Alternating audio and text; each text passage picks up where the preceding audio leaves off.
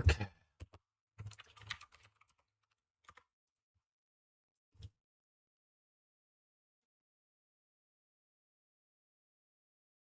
Ba-dum-bum-bum-bum. Ba-dum-bum-bum-bum. Gonna watch some wavy web surf for a bit. Put my feet up. For my last bit of time off. Hurry. No, hold on, let me turn off the screen. My wife Linda, my car. Get the afro out.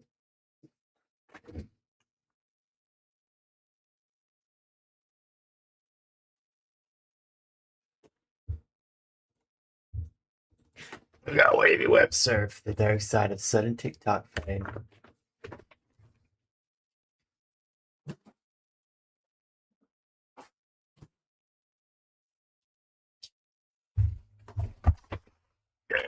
Good, I'm a YouTuber, so this won't happen to me. Hurricane Helene wreaked havoc.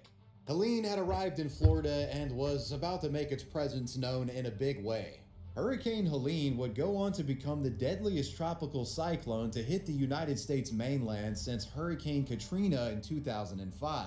One thing that is remarkable about this storm is that the majority of deaths from Helene were a result of inland flooding in states like Georgia, Tennessee, and most notably North Carolina, the destruction from which is still being cleaned up to this day. Though in Florida, many lives were lost as well. 12 people would perish in the Tampa Bay area alone. Was Dan one of them? The next morning, Tampa Terrence went to the dock that Joseph had been moored at the night before. He half expected the boat and Joseph to be gone. But sure enough, Dan was still there. Lieutenant Dan had not only survived, but his boat remained completely intact. Apparently, he had to reposition his boat at one point during the night, but said after that he slept through everything like a baby. To him, it was no big deal, like it was just a little wind. It was a little rough till about 11:30. I repositioned the boat and I was heading into the wind, and I slept like a baby from 12:30 to 5 o'clock this morning. I threw a hurricane. That was it. But other than that, I mean, it's been a great night. He even quipped that his boat was improved by the storm, saying that it got a good wash from the rain. Terrence's TikToks with Lieutenant Dan had garnered something of a cult following, with many invested in the sailor's survival story. His successful stunt had made him something of an internet legend. In the space of a few days, this guy had become a sort of bizarro influencer. And Lieutenant Dan would receive more than just online praise, as there would be some potential financial reward for his survival stunts as well. With all the attention that the guy was receiving, Tampa Terrence decided to help Lieutenant Dan set up a GoFundMe. The idea was to raise enough money to get the one-legged swashbuckler a newer boat. Terrence would make a post to his TikTok one-legged promoting a swashbuckler. GoFundMe fundraiser, which would eventually reach over $40,000. This act of generosity, though, would end up being a catalyst for drama that was to come later. But as for the time things were running smoothly, Tampa Terrence's TikTok with Dan's content continued to grow, bringing with it new adoring fans who were all interested in Dan's exploits. But I want to say thank you from the bottom of my heart to everybody that donated and your well wishes and everything. It really meant a lot. This was really the only sort of update for a while, but interest around Lieutenant Dan would skyrocket again when forecasters had determined that a new storm was brewing and had its eye on Tampa. Yes, there was another hurricane on the way, and it was a big one. Hurricane Milton was approaching the Tampa Bay area at speed. Milton was an unusual hurricane in that it had formed in the Gulf of Mexico. Most tropical storms and hurricanes that we tend to see hit the Florida area start in the Atlantic off the coast of Africa. But record warm temperatures in the Gulf allowed Milton to intensify very quickly, the storm reaching Category 5 at multiple occasions. And forecasters were saying this storm was going to be extremely deadly, Go away, especially Milton. if it hit the populated area of Tampa like it seemed to be heading towards. So Lieutenant Dan got to work. Yeah, so I took the boat out and now I'm in the middle of a hurricane. But at least I have internet access and the best VPN around thanks to today's sponsor. Actually, when I'm out, I'm Click preparation efforts on Surfshark and his name's Wavy Tampa Web Terrence Surf. would capture much What a good of Dan's sponsor for him, preparation dude. efforts on camera and checked in on him frequently during Milton's buildup. During one of these visits, Joseph would give Terrence a tour of the interior of his boat, and later in the evening, he would explain to viewers how he actually had lost his leg. It's like he was lore dumping here. 16 years old, and I was a virgin. I wanted to change it that day. Me and my girlfriend had it all worked out, and on the way to her house, I'm driving my scooter, and I took my eyes off the road for a second. I just stopped at the jewelry store. I picked up a gold chain for her. I'm on my way to her house. And we had a family friend that owned a gas station up here on the right. I'm I 16. took my eyes off the road to see who was working that day, and when I came back around, there was you right there. Not you, Oh, yeah. but a car stopped right in front of me. I ran into him doing about 45. Went up, hit my leg on the back windshield, shattered that, broke my femur, had a compound tib and fib, fracture, severed the femoral artery. While the storm before was certainly destructive, staying for Milton seemed like a death sentence due to its initial Category 5 status. Viewers were extremely concerned for Lieutenant Dan and believed that he might not make it through this one. Dan, though, was completely unfazed by the ominous forecast, explaining that he felt the safest place to be in a potential flood caused by a hurricane was in a boat. Alright, Dan. The people that are Yeah, there so will you can find definitely out live in a boat in why Florida, they man. decided to stick out a Can't do that in Category Canada, 5, man. one of the worst Fuck. hurricanes in the history out on a 20-foot sailboat in Tampa Harbor. God told me to come out here and get a boat. I came out here and got a boat. And everything that he's been telling me over the last 2 days is I'm doing the right thing. He's got my back. I'm in good shape. I ain't sweating it. He's a mentor. Just went out. We got set up the way we know what we're doing. And as long as the water just keeps rising, we'll be fine. Will you be wearing a life jacket? Hell no. That same day, news media outlets descended on the harbor, all hoping for a slice of the Lieutenant Dan pie that was going around on social media. He had become a local celebrity in a short time. On October 8th, an evacuation order was put in place for Tampa Bay Zones A and B. Experts were warning that the potential damage from Milton could be catastrophic, with storm surges up to 50 Wasn't this the feet. recent one? Predictions were That did looking fucking bleak. barely In anything. light of these ominous forecasts, Joseph was visited by the chief of police, who offered to give him shelter. This was after Joseph had stated on a TikTok live that if someone helped him find a place to stay, then he would leave his boat to ensure his own safety. This actually appeared to be an offer Damn. Lieutenant Dan had accepted, with there being reports surfacing around this time that the boat was empty. However, any chatter suggesting that he had taken up the offer from the chief of police would be proven wrong the following day, as around this time Joseph was seen back aboard his boat. It appeared he was fully committing to riding out the storm. Dan would explain to the media around this time that he didn't have a vehicle to evacuate if he wanted to, and he said the boat was his home and his fate was in God's hands. Yeah. Fear the storm. I don't fear anything but the government, the police, the mayor, everybody's trying to get me to leave in the worst way. I wish they would leave me alone. If nobody saw me on TikTok, I'd be out here by myself right now. doing I had no the clue same what the thing I'm fuck doing right now. TikTok There's was nothing until you came They out don't do here. anything to help you. They just tell you that you have to leave, that it's a flood zone or whatever, and that you have to evacuate. Well, where am I supposed to go? And how am I supposed to get there? I don't have a car. I don't have anywhere to go. And then you tell No, me he to did go start find his a own shelter. TikTok. I'm not going to a shelter. I've been to Yeah. shelters and I've seen what goes on in them. I'm doing my Yeah. own thing. And if I'm risking my life, then so be it. I'm in God's hands. God sent me here. He sent me here. He told me to come here. He told me to be right here for you. Yeah, exactly, dude. So I'm doing what he told me to do. Yeah. So I know he didn't send nobody to get me out of here. Yeah, he didn't say, Anybody God that didn't tell him to I be in a thought was shelter. not of God, because God told him to be in his told me boat. where I'm supposed to be. And that's why I'm doing it. Why would you go to a shelter if you have a boat, And you're dude? not worried at all, and everything's gonna be I'm alright. not worried because my life, this is nothing compared to what I've been through, so this doesn't scare me. Mhm. This is not even a minor inconvenience because all that's going to happen is everybody's going to get wet, but I'm going to be fine because I'm in a boat that floats. The water's on the outside. Now, the wind, yes, the wind's going to pick up, but my anchor is tied to the I'm dock. on a not boat, gonna it go floats. You got this. anywhere. So it's all going to be good. I'm going to be fine. Alright, man. God's got my Everyone's praying back. for you. The next day, news correspondent Brian Eaton would catch up with Joseph on the boat. And when the reporter asked if he was okay, Joseph didn't seem to understand why people were still worried about him. He was totally confident in himself, again comparing himself to Noah in the big flood. Are you gonna be okay? I'm gonna be fine. I don't think people realize you're so close to down. I mean, you could just get off if something bad happened. You know what I mean? I'm not going anywhere. You have all the Karen just trying to get him off the boat. Okay, we learned that with Noah. Yeah, exactly. Stayed on land drowned. Noah and the animals lived. So I'm fine. Do you have any animals? No, I wish I did. Okay. We could use 2 females. It's funny to me how this guy manages to both be irritated and unbothered at the same time. Like there's a hurricane closing in and he's just like, fuck off. I could use leave 2 me alone. females. Later that afternoon, Brian would check in on Joseph again, this time finding him making final preparations. In spite of the potential damages, Lieutenant Dan was more than optimistic about his situation. For many, this would be a scary experience, but for him, it was just another Wednesday, business as usual. That evening, as Milton got underway, footage started circulating online of a sailboat being smashed against the dock in raging Oh, no. waters. Its mast was broken and waves were crashing into an open cockpit. It was a harrowing sight, as fans of Lieutenant Dan feared it was his. Thankfully, after closer inspection, it was discovered that the boat in the video wasn't actually Lieutenant Dan's. But the Yes. question remained, how was this guy actually doing?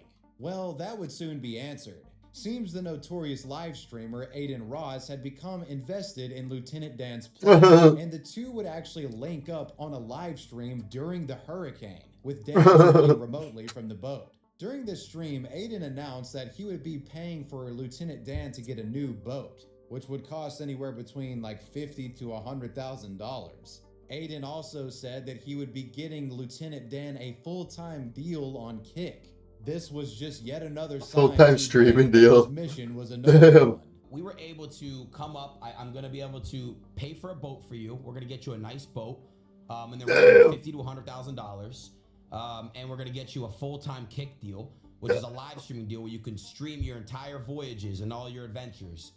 And you can have a passive income come in. And you're going to be, you're going to have a Kick deal, man, a live streaming deal. So you can live stream and connect with fans all over the world, and they can really see your adventure, man. Wow.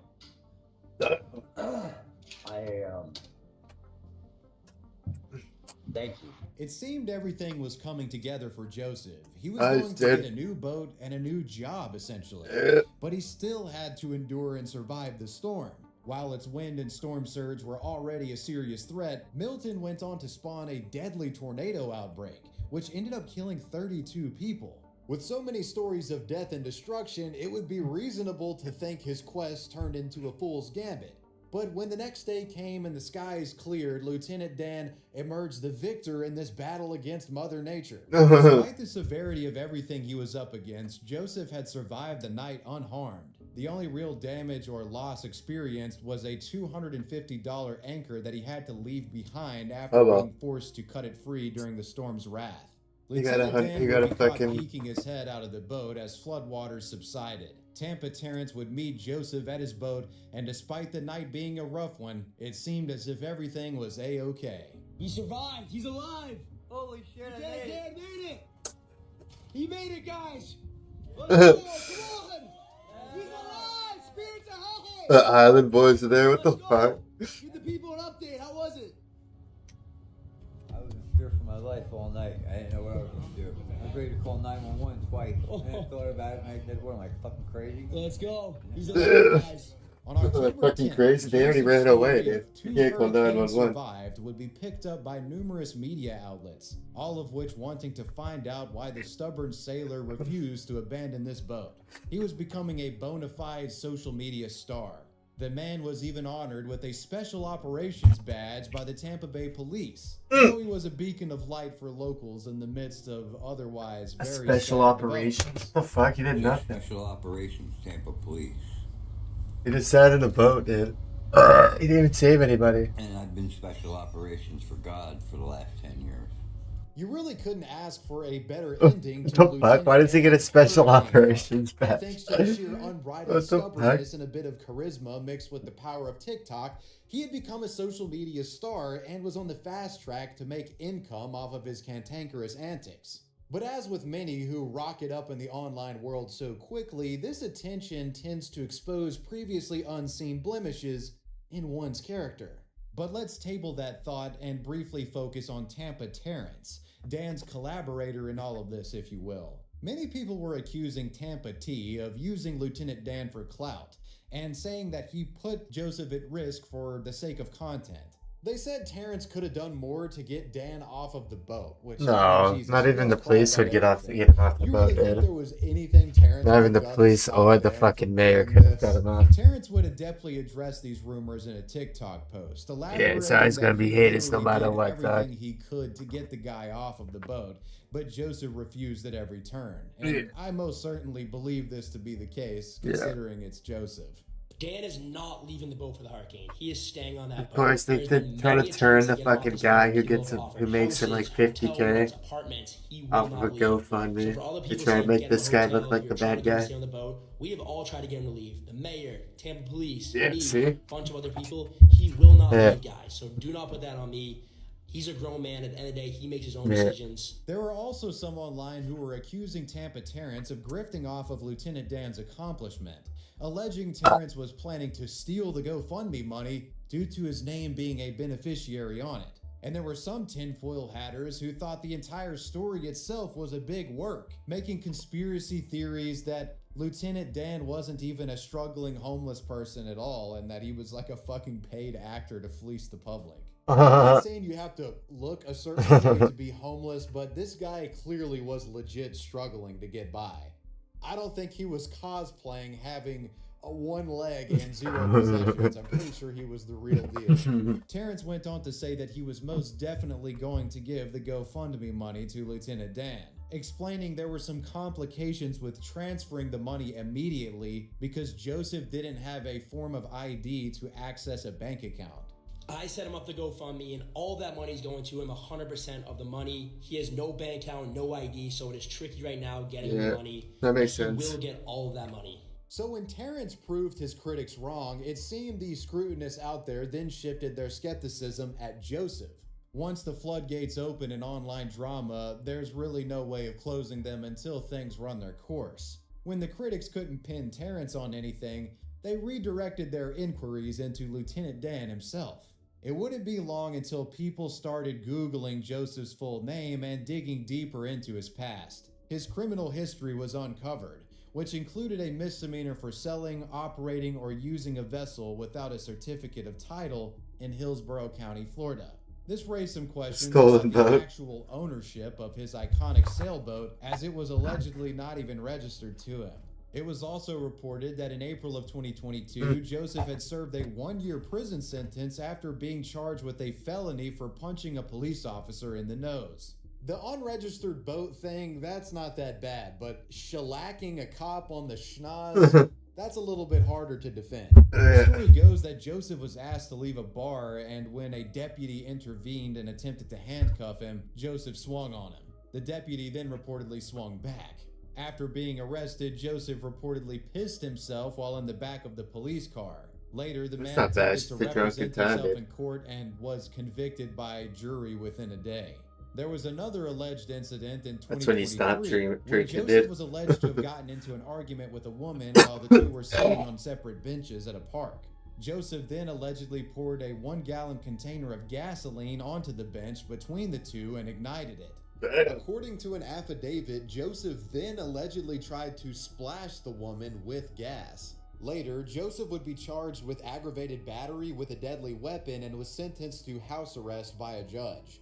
This guy, man, who would have thought that the individual who wanted to stay on his boat twice during hurricanes would be this unhinged? You just couldn't imagine it. After all of Joseph's criminal history was brought to the attention of the public, opinions on him began to sour a bit. It didn't help matters that his newfound fame real had life seemingly Lieutenant Dan. brought out a more arrogant and cocky personality that wasn't really seen in the original videos of him surviving the storms. People fell in love with the idea of him being this wholesome, badass internet hero, but there seemed to be more to the guy. And people, as far as the chance goes, all right, leave me the frick alone with that too. JC. You don't want me to go hood. I'm a chameleon. I could change my act like that. And I got JC. So, I could be nice as a butterfly or sting like a bee. What do you want? It wasn't just accusations of fraud that were coming his way, people were calling him a woman beater. There were also some accusing him of possessing CP and allegedly kidnapping and R-wording a 10-year-old. Yeah, it got ugly out there. Though we must be clear that these social media accusations were conclusively debunked when it was clarified that people had actually gotten the wrong person mixed up with Joseph. Whoa, There was a guy named fucking John idiots, dude. Malinowski who had been arrested for those crimes, and there was a registered sex offender named Joseph Malinowski, but if you look at the picture, it's clearly not the same guy. Though still, all of this drama surrounding Joseph was affecting people's willingness to work with him. Doesn't even Around look this time, anything it like was him. rumored that Aiden Ross had actually reneged on the kick deal that he promised to Joseph, and Lieutenant Dan was pissed about this, believing Aiden had cut him off because of the false accusations. The situation surrounding Dan continued to worsen even further. Lieutenant Dan's fame had sadly Ross gotten probably the didn't give attention a of shit that he actual probably set it for the grifters and content. alleged scammers who attempted to take advantage of him in various ways. One person had tricked Dan into signing into his TikTok account on their phone. This individual then reportedly What's up, inserted a Slayer? clothing line link into Lieutenant Dan's bio without his knowledge. To make things even worse, Dan was made What's to up, Doug? believe that it was Terrence who had done this and taken over the account. Terrence, what did I tell you yesterday? And what I'm telling you now is that when I gave you you took my phone, he added my TikTok, he added my Facebook. The Island Boys are there with their security guards, of course, dude. Okay, he added this shit to the iPhone, and I thought you guys were giving me that iPhone. And then right before we're leaving, he goes, "Oh, give me that iPhone back." And I had to actually grab it out of his hand and say, "I want to shut down my TikTok." Because he now had my account on the freaking iPhone of his. All day today, in my bio, there was a link to a clothing line that had pictures of my face on shirts. There must have been, I don't know how many of them. I don't know anything about this. I don't know where this came from. Somebody added that shit to my TikTok page. But you think that he would do it though if he's the one? Did it? But you would think that. And then the GoFundMe Yeah, page. no, but like. Everything that has been done has been for him. Yeah.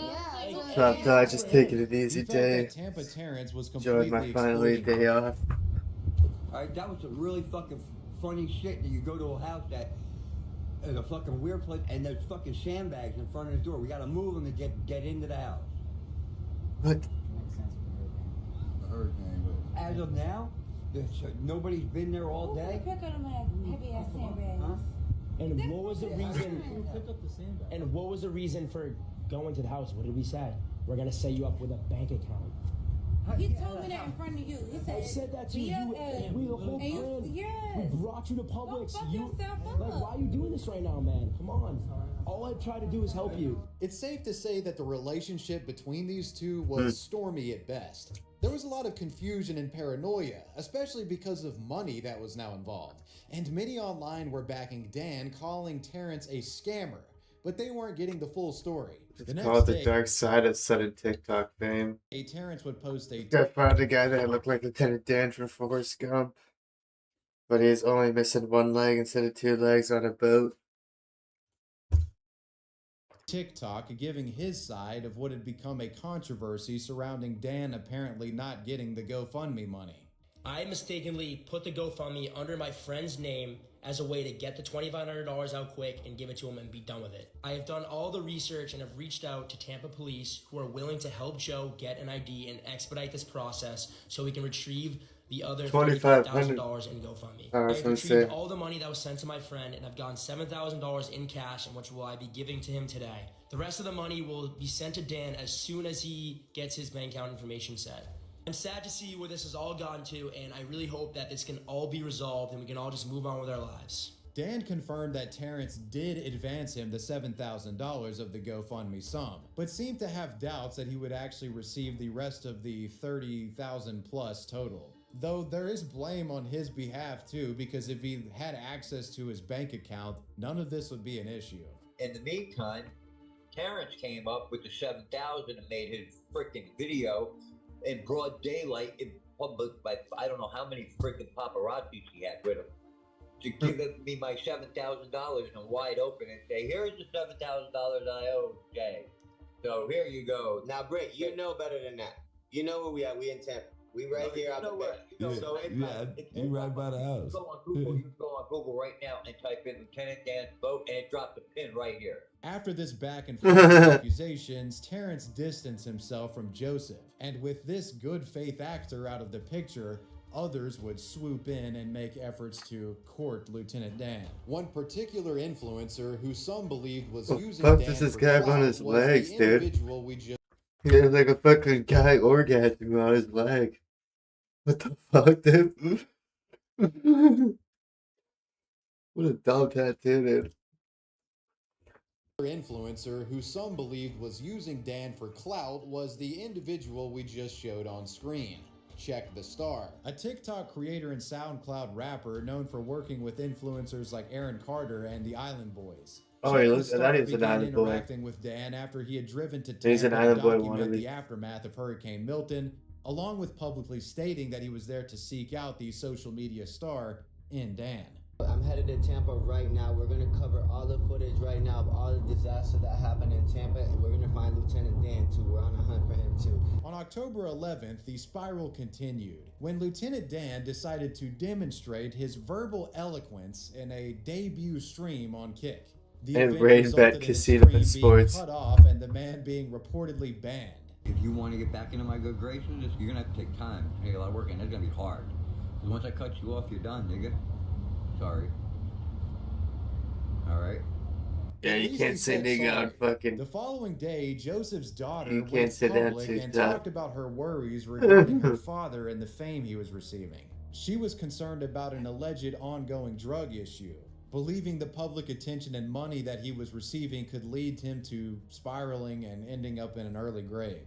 She also spoke about how she thought certain influencers were taking advantage of her dad for clout. On October 13th, the day after Ann had gone public, Aiden Ross would announce that he had officially rescinded the Kick deal from Lieutenant Dan, claiming that he had actually given it to Tampa Terrence instead. No longer giving Lieutenant Dan a Kick deal, but I'm giving the deal to Terrence. Terrence is going to go around Tampa IRL streaming, and he's going to help out homeless people and help out people that are in need. And we're going to give him a budget every day to go IRL stream and give out and bless people. Aiden did clarify that he still intended on giving Joseph the boat that he promised, only if the guy was able to stay clean and off of drugs. We still want to help Lieutenant Dan, known as Joe, by giving him a boat, but we also want to make sure that he's staying sober and does it the right way.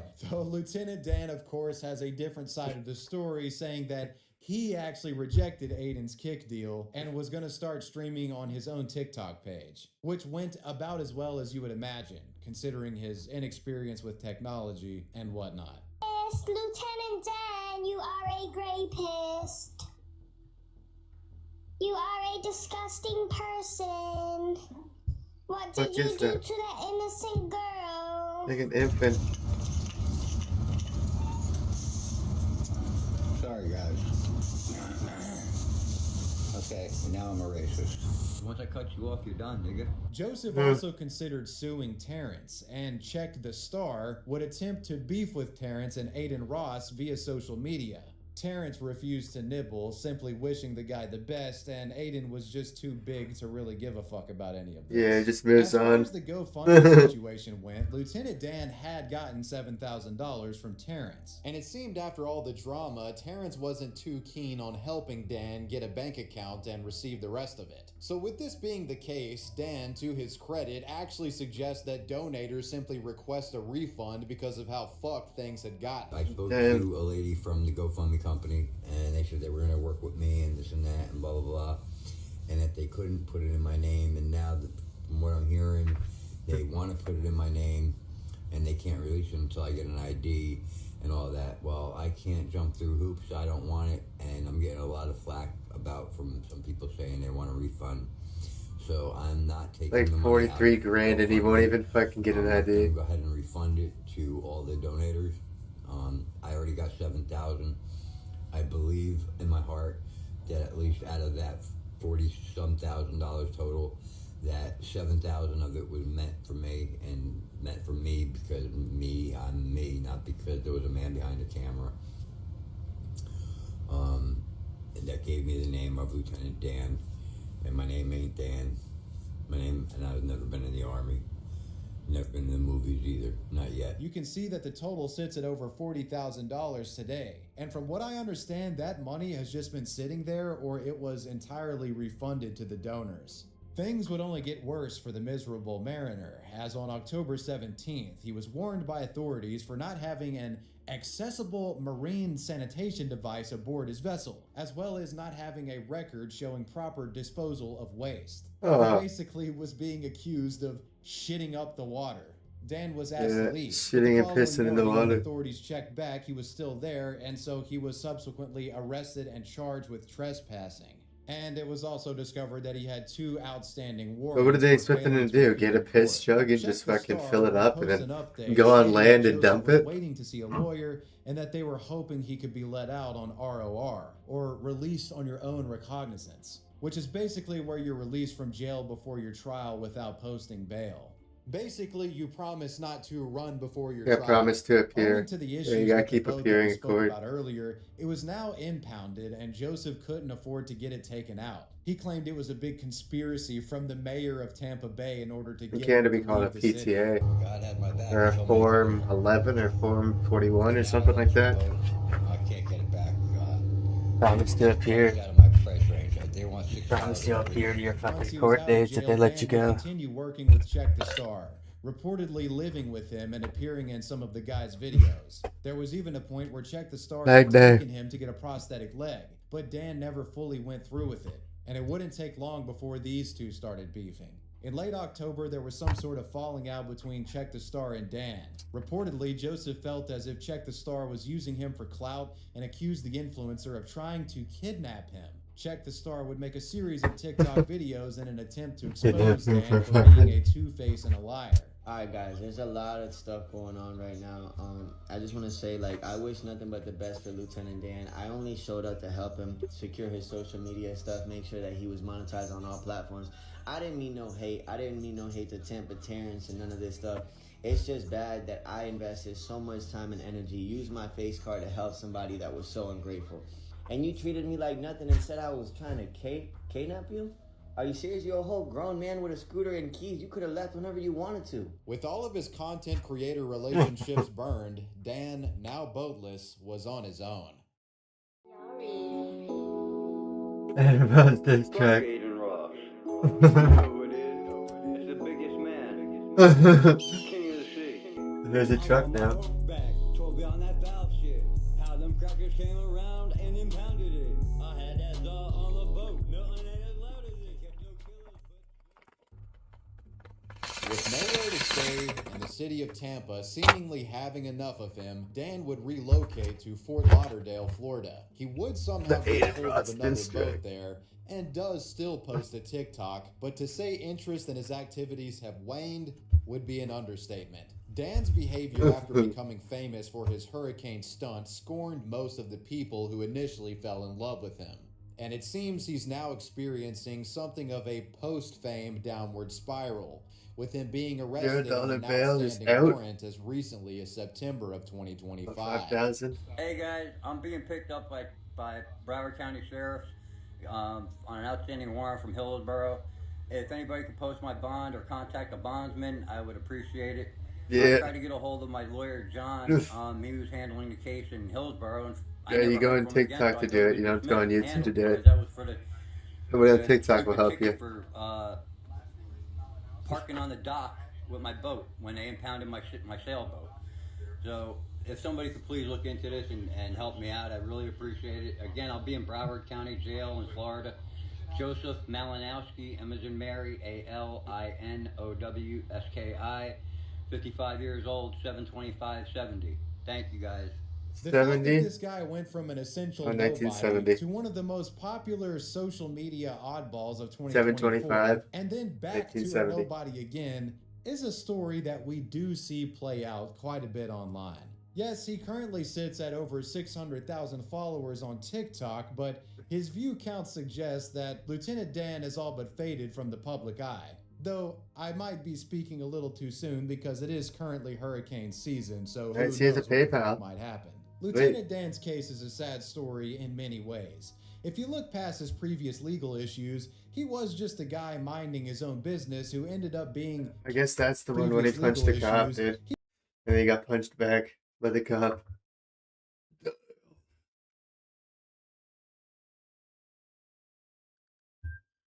He was just...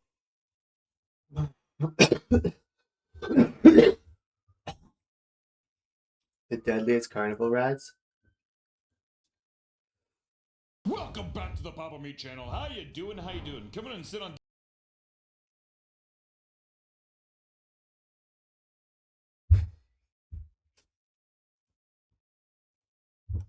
Amusement park and carnival.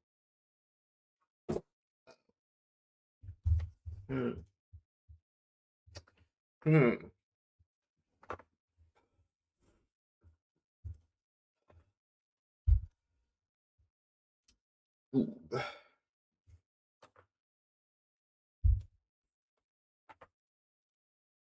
Bizarre World of Taxidermy. Oh fuck, that'd be a good one to watch, dude.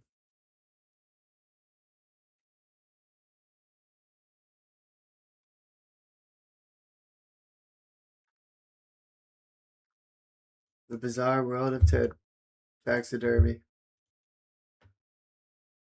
Welcome back to the Papa Meat channel. How you doing? How you doing? Come on and sit on down because today we're going to be looking into Sit the on down, interesting kids. world of taxidermy. Have you ever been to a Bass Pro Shop or Cabela's? You've probably seen hundreds of stuffed animals that hang on the walls and ceilings. Dead carcasses stuffed in a pose forever. It's beautiful. Would you ever get a pet stuffed? I want to be stuffed.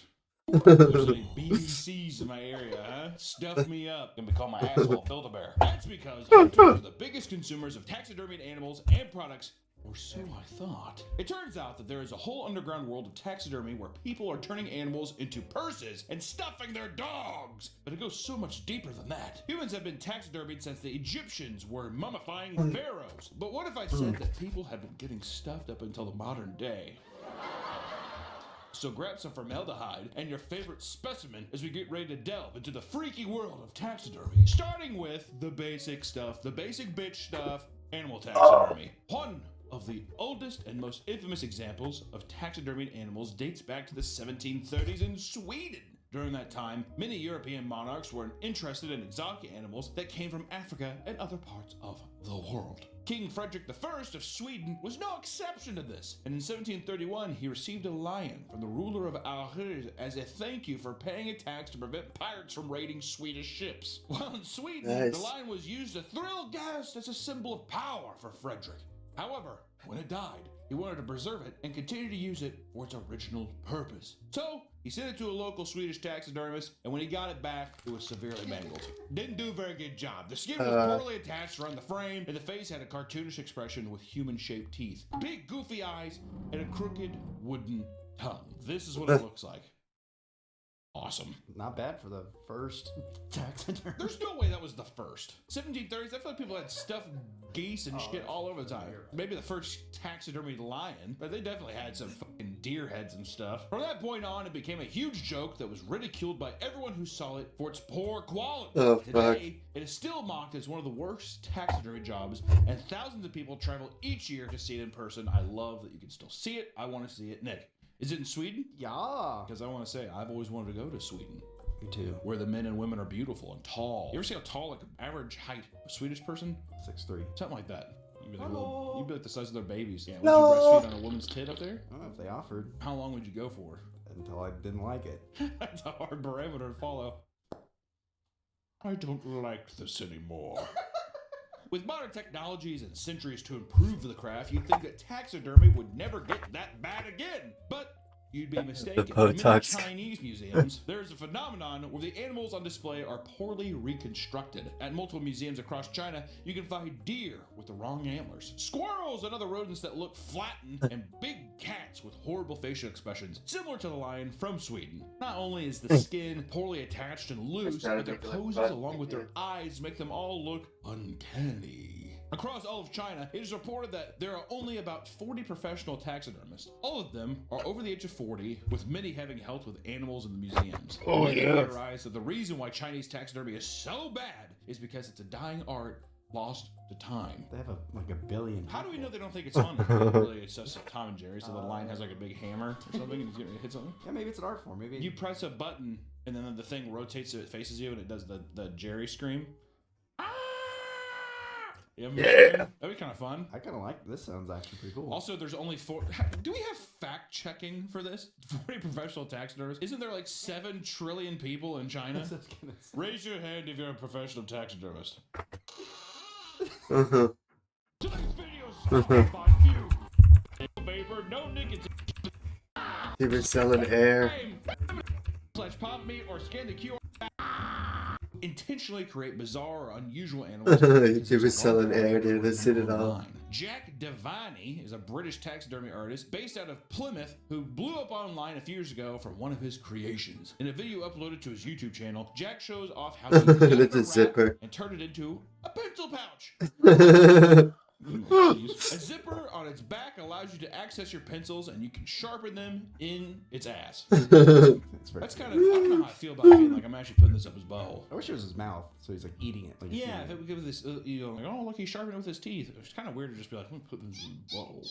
From there, his account blew up, and he has gone on to create and sell all sorts of weird creatures. These include a dead rat magnet, a rat high five machine made of rat paws glued to springs, a monster figurine made of chicken shins, and a functioning toaster with a complete rabbit upholstered around it, including the head, paws, and tail. It's adorable. Many people call him weird and rightfully so. toaster and a It takes a rabbit. truly strange person to make creations like the this. fuck? Not only does he sell dead rats and other animals, but he also has a website where he sells his used socks and underwear. Well, I mean, come on. If we're already in the market, I mean, there's money to be made. You know what I mean? Come on. Jack is one of many artists across the world who make strange taxidermy creations for a living. It has grown to become an international market that has swept the world by storm in recent years. That's what I'm saying, dude. If I'm just sitting there and I take a bunny and I fucking smash its head in, I cut it up and I'm like, let me put a toaster in this. What would you And make? I'm shitting my britches and I'm pissing myself. I'd sell it online. Yeah, I think I'd poop sell heads. socks with it. I'm just sitting there and I take a bunny and I fucking smash its head in, I cut it up and I'm like, let me put a toaster in this. What would you And make? I'm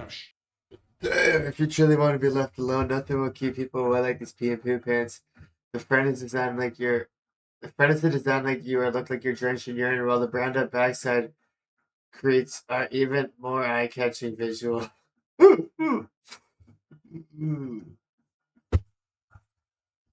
It's pretty good, dude. The pee and poo pants. You gotta tuck them in too. You gotta tuck your shirt in too. getting my britches and I'm pissing myself. I'd sell it online. Do you think people sell socks where they piss on them? Yeah, Piss on my socks. feet. Yeah. One of the most popular animals you can find online is a squirrel. Yeah, squirrel taxidermy because they're so abundant. That's true. There's too many squirrels. They're also small and easy to kill. And cute. Anybody and everybody is taxidermy squirrels into bizarre abominations. If you hate your drink getting warm, then fear not, because a woman on Instagram has a solution. Meg is a self-proclaimed ex-vegan hunter and taxidermist who began creating the revolutionary product Squoozies. She takes dead squirrels, cuts them in half, and hollows them out, creating a fuzzy yet insulated koozie that fits most cans and beer bottles. Most. Yeah. Not all. Get that out of your head now. Meg's creation still has the tail smart. and in some cases the scrotum attached to immerse the user fully. However, she is not the only person to create squirrel creations. Similar to Jack Devani, people make squirrel wallets that you can hang off your wall. You can also buy squirrels dressed up in all sorts of outfits and Beer one. poses. Like a labubu. That'd be kind of cool. Taxidermy blind box. Oh. It's gonna be smelly though, huh?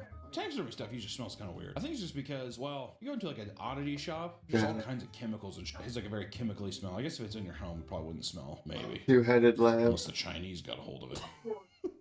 We stuff these with oranges and potatoes. Outside of squirrels, you can find any wild animal turned into weird novelties. Etsy is one of the best places to find Oh these my novelties. God. People go crazy for some of these items listed, from weasel slap bracelets to cubes made entirely out of compressed mice. If you can think of it, What the fuck? it probably exists. You want a cube of mice? You want a cube of mice? Go to Etsy. That's awesome. Check out $20 taxidermy with wild animals is pretty normal, but some people even go Got a as far cube of as mice their pets compacted. stuffed. On TikTok, an account called Nature's Fallen does special requests for people's pets. If you send in your beloved pet, you'll be turned into a pillow, and on top of a pillow, you get their bleached skull, their front paws with ribbons, and an urn with their ashes. And if turning your pet into a couch ornament is too much, you can send them in to get preserved in a jar of formaldehyde. You want to play Jeffrey Dahmer? I wouldn't want to do that with my best friend, Teddy Manx. Like when I was a child, I was like, oh, when my puppy dies, I want to stuff him. But now I feel like I want to respect their body by throwing them in the oven. Good video.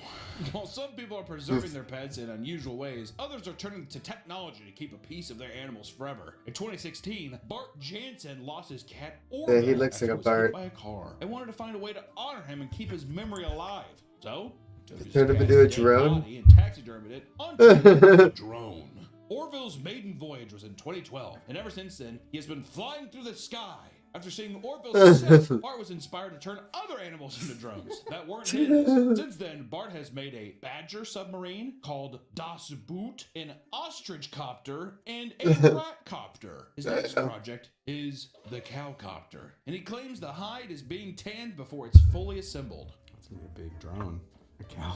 You think he's trying to do it to where you can get inside of it? It's like a one-man helicopter. Oh, that'd be sick. Yeah, you get inside of it. He like lands back down on his hooves. It's actually pretty sick. Despite animal taxidermy evolving into super weird niche for collectors, it is completely legal. However, there's a dark underbelly to taxidermy that involves human taxidermy. Humans have been getting preserved for thousands of years, with some of the most famous examples being the mummified pharaohs buried in Egypt's Valley of the Kings. Wouldn't really call it taxidermy as much as just religious rituals, but who am I to say? Other cultures, such as the Mycenaeans, created bronze death masks to preserve the dead, but those pale in comparison for some of the more macabre examples we're going to talk about. During the 18th century, oddity shows were on the rise around Europe as people traveled the globe in search of what they believed were the weirdest things on the planet. One of the main attractions that drew customers was the display of taxidermied people. Most of those on display were Africans who had lived in Europe or had been brought back from expeditions. Angelo Solomon, formerly known as Mamadi Make, is one of the most well-known examples, taken from North Africa to Sicily and sold to the Australian field, Marshal Prince Lobkowitz.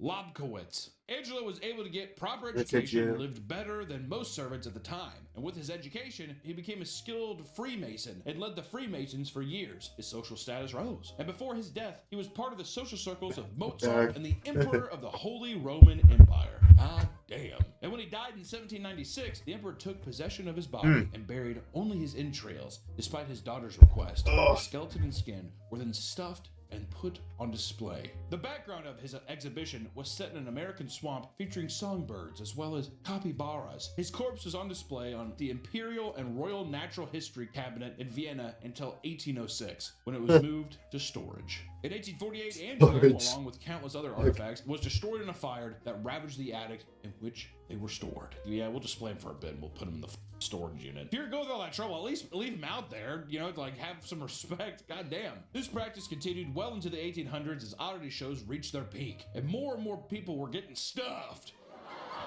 Julia Pastrana was another victim of the oddity show. Born in Mexico, she had a rare condition that caused long dark hair to grow all over her body. She was referred to as the nondescript and made her debut in New York City. From there, she traveled around the world performing songs and dancing on stage until she died in Moscow after giving birth to her son in 1860. Both Julia and her son were taxidermied and put on display, continued to travel the world until she was retired in 1975. Her body was later stolen and hidden in a sealed coffin until it was discovered in the archives at the University of Oslo. Scientists were given special permission to study her remains, and in 2013, she was finally laid to rest in Mexico. Just want to say real quick, did they ever say the baby died? They just Did they kill They the just baby? stuffed She, her. like, died giving birth to the baby, and they're like, what do we do with this Fuck thing? They just kill the Unless it baby and was like stuff stillborn, it. I don't know. There's just something missing there to where I'm like, was the baby dead? Put it up here. Do we have any idea? I want to know. These stories show just how far people will go to hold on to the dead. Not all hold on just for show, but some do it for love. Tuberculosis was I sweeping can't the let go. nation in the 1920s and 30s, killing thousands of people every day and leaving doctors looking for a cure. Elena de Hoyos was one of the victims suffering from the disease and was put under the care of Dr. Carl Tanzler. As soon as He Carl looks saw evil, Elena, dude. he immediately fell in love. He went out of his way to give her special treatment and showered her with gifts, but she didn't have any feelings for the doctor at all. A plead. You like No. gross. You're a nasty man. Oh. Ay, caramba. When she died, he paid for her to be buried in a massive mausoleum, but he never gave the family a key, which made them suspicious of his intentions. It was reported that Carl regularly visited the tomb and even installed a phone to talk to her when he What the wasn't fuck? there. Do you think he was hearing her speak to him? I think he was talking to himself. Oh, He's so like, you're how you doing? I'm doing pretty good. That's him. He's like, I'm totally bricked up right now. I got sweaty, sticky syrup in my pants right now, baby. For real. Yeah. I don't know. You have to tell me. Someone's in the doorway watching him. Dr. Tenzel, you have patience. You need to look at her. Give me a Every freaking single second. day.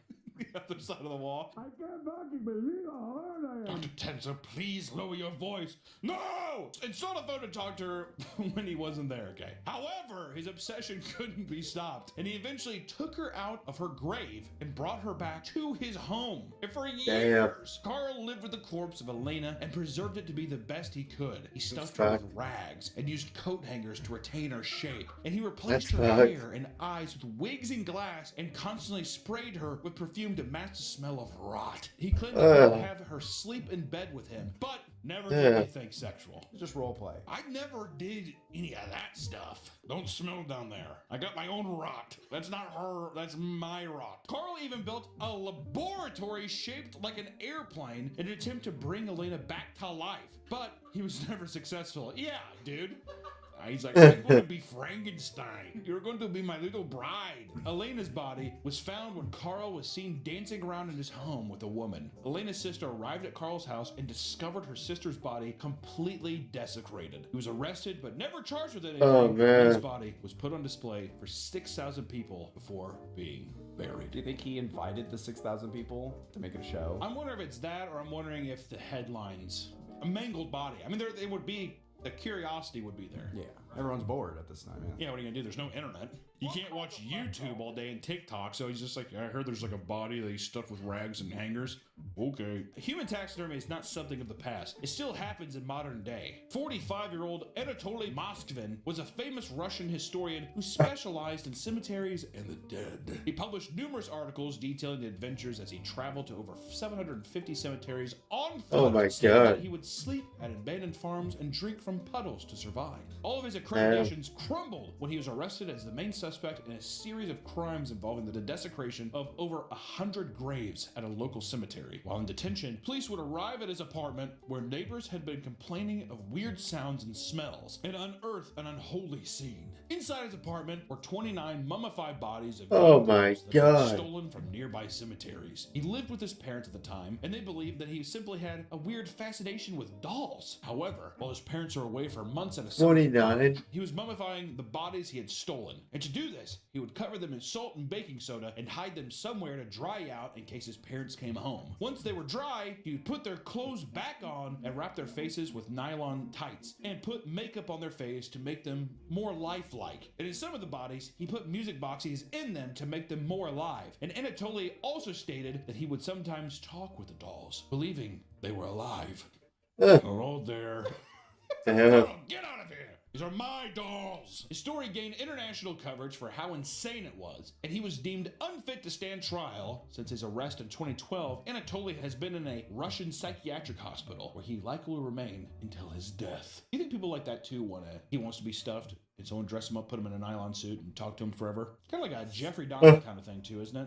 You have to love me forever. You have to be here forever. Be with me. He didn't kill them, but still, the concept is relatively the same. Give him a scarecrow. Yeah, there you go. Put a music box inside and just plays Panama all over and over again by Van Halen. Yeah, that'd be kind of sick. Some other modern examples of taxidermy are far more sadistic, like with the hospice nurse who stole a patient's foot to use it in a taxidermy decoration. In 2022, a 62-year-old patient from Spring Valley Senior senior living and healthcare campus had suffered from frostbite on both of his feet Oh. after a nasty fall. This patient, Doug McFarland, got moved to hospice care and was treated by a 40-year-old nurse named Mary K. Brown. Mary's family owned a taxidermy shop, which had given the nurse a strange idea. She wanted to amputate the man's foot, preserve it, and display it in the store to warn people about frostbite.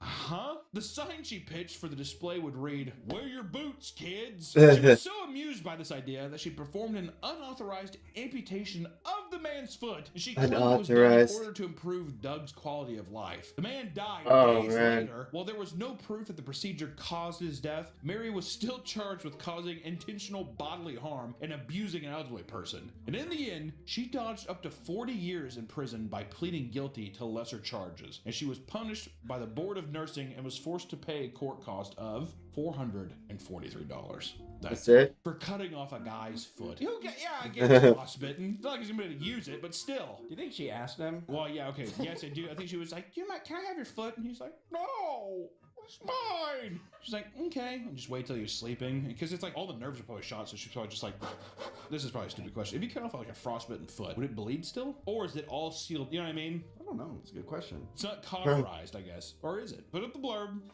Oh.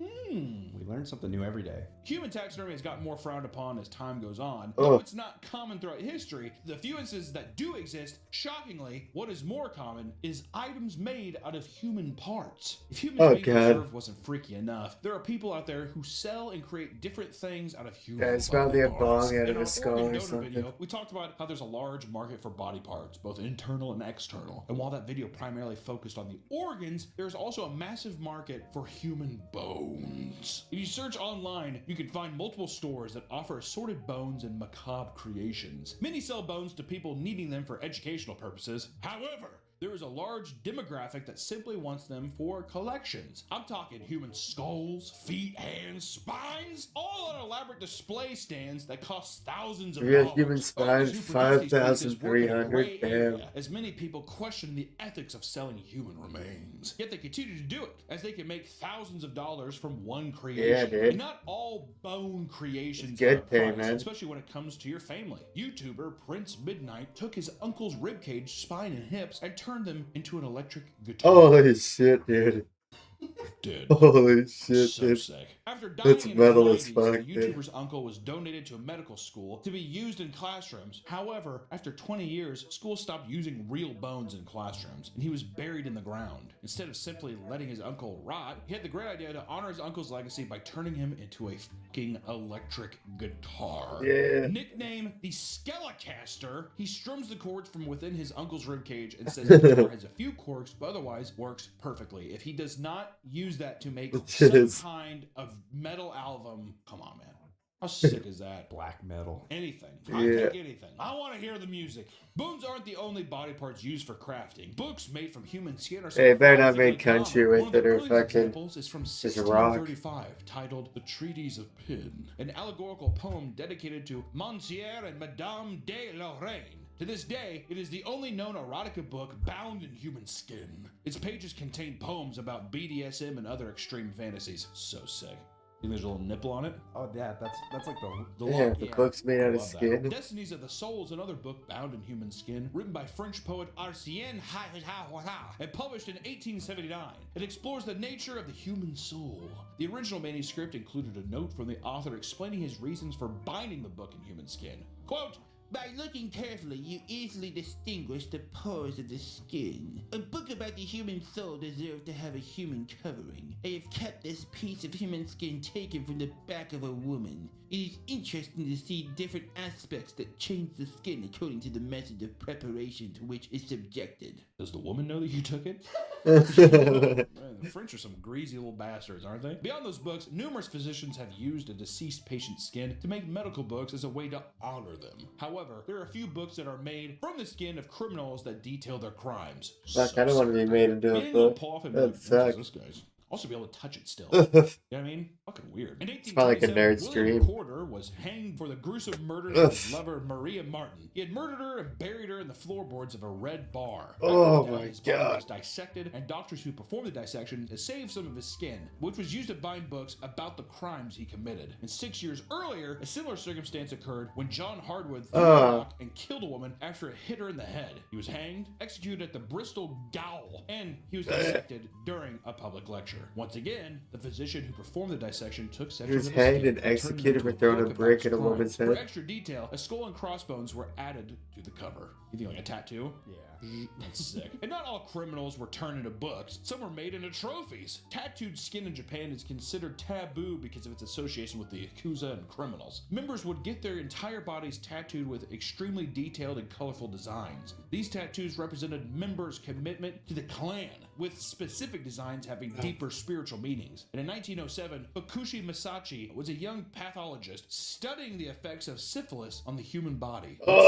During his research, he came into contact with someone who had tattoos and noticed that they were partially cured skin lesions caused by the disease. Syphilis. Soon after, Fukushi became obsessed with tattoos, specifically traditional Arizumi tattoos worn by the Yakuza. To fuel his growing interest, he traveled to prisons and had incarcerated members donate their bodies so he could study their skin. Once the prisoners passed, he would carefully peel back the skin and scrape off all the meat and nerves. Then he would stretch them out and let them dry until they were fully preserved. At its peak, his collection reached 2,000 human pelts, some of which were wrapped on mannequins or proudly displayed on his walls. And in 1945, a majority of his collection was destroyed by American carpet bombing. He lost even more hides later when he traveled to America with several in his suitcase, which were stolen. Can you imagine opening up that briefcase? What the fuck? Today, 105 pieces still remain in our house at the Medical Pathology Museum of Tokyo University, locked away from the public in a climate-controlled facility. While Fukushi Masashi preserved tattooed skin in the name of science,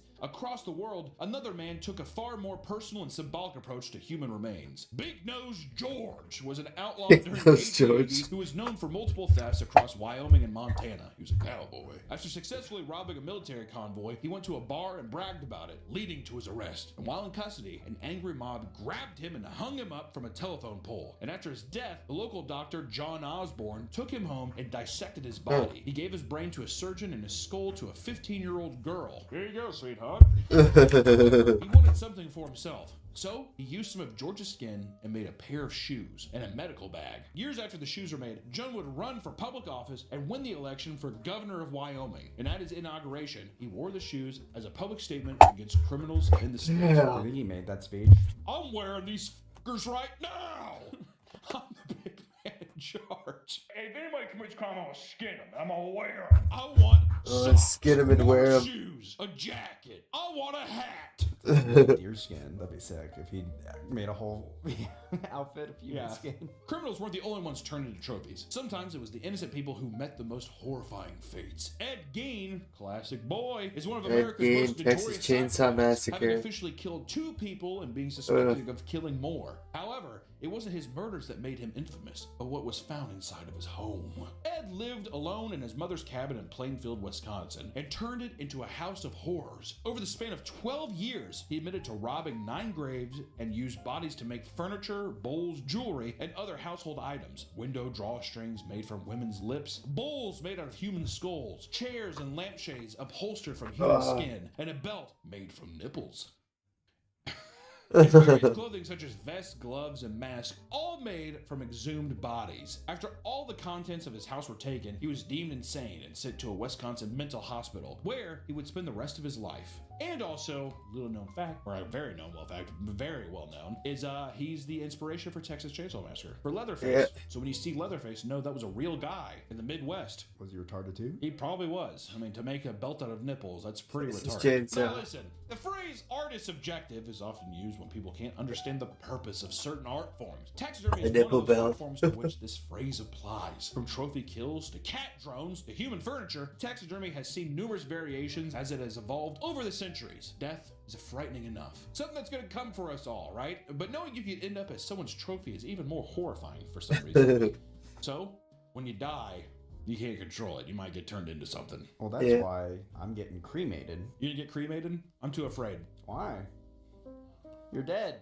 I am dead. But you know what my dream is? You come back to life as a ghost? Well, if I was a ghost, I wouldn't care because I'd be like, I'm a ghost and this is sick. But one, I'm super claustrophobic, so I don't want to be buried either, right? So this is what I do. Mausoleum, but it's an all glass. Big enough for me to where if I did come back, I was like, okay, hold on. And then the door handle only opens from the inside. So that way when I come to visit your grave site and it's I'll open. be all naked too. So when people see me for a while, you'll just see like my dick and everything, and I'll just be like, God, that'd be awesome. Wouldn't it?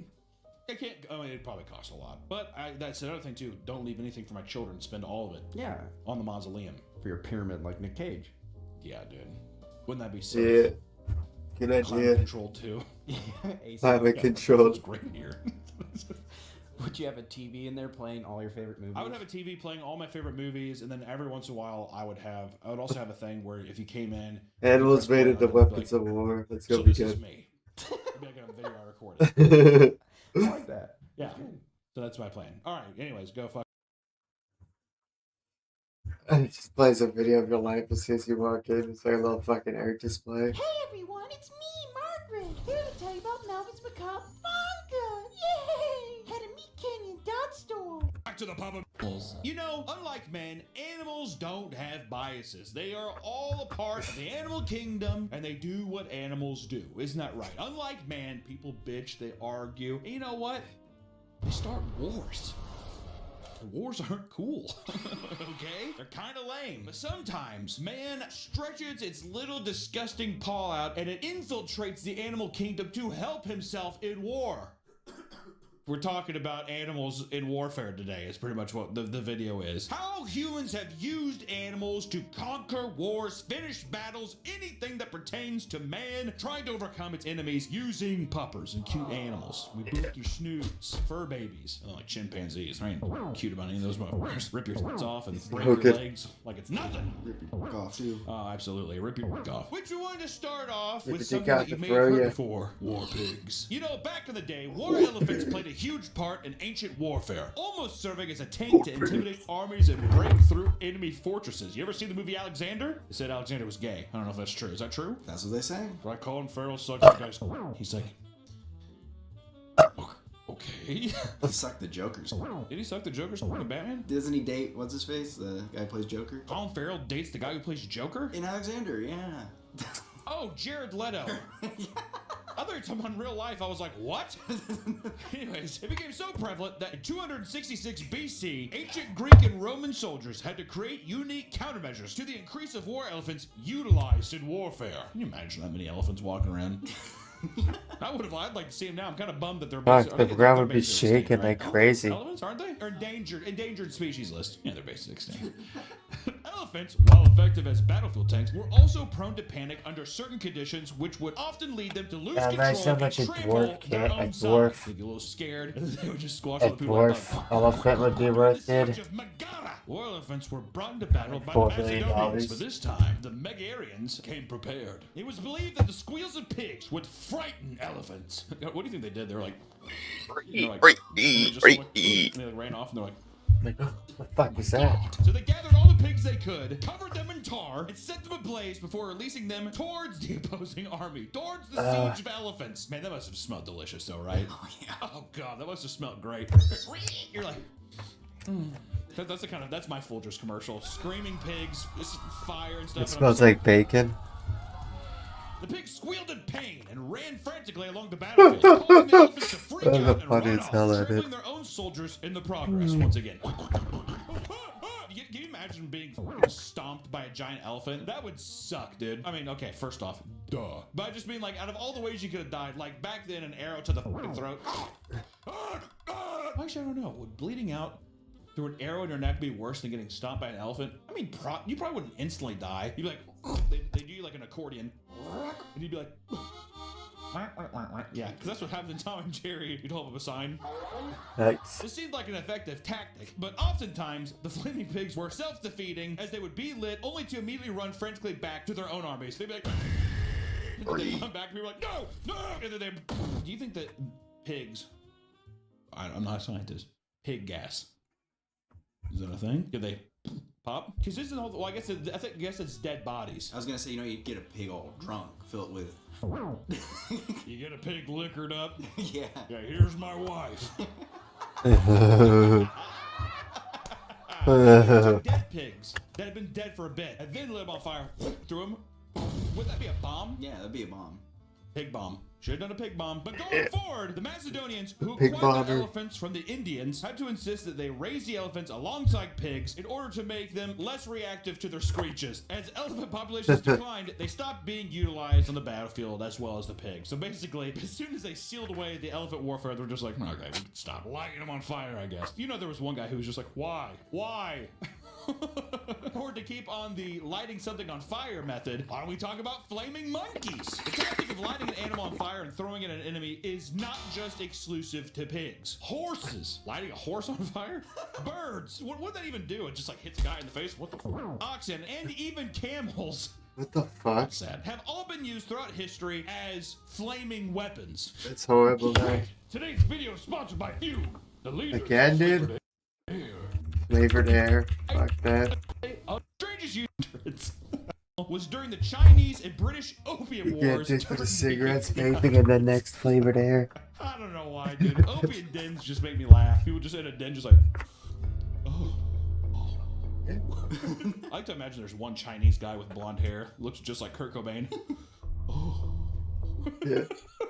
Like fucked up jeans and stuff. And one of the Chinese officials allegedly suggested strapping firecrackers to the back of monkeys and then catapulting them aboard English ships. They're like, throw a couple black cats on that thing. Let's get this war done. You know the English would hate that too, right? Oh my god. Oh, gee, god. They tried to kick it off, but it's like, kick it off! The thought was that the flames would Oh spread my rapidly in every Jesus. direction, and with luck, it might reach the gunpowder magazine, causing the whole ship to blow up. That is such a roll to die. Throw the monkey aboard. It's gotta hit the powder keg room. I'm almost positive it will. Hey, Curious George. He shows him some gunpowder. Time to smell. Have him smell it.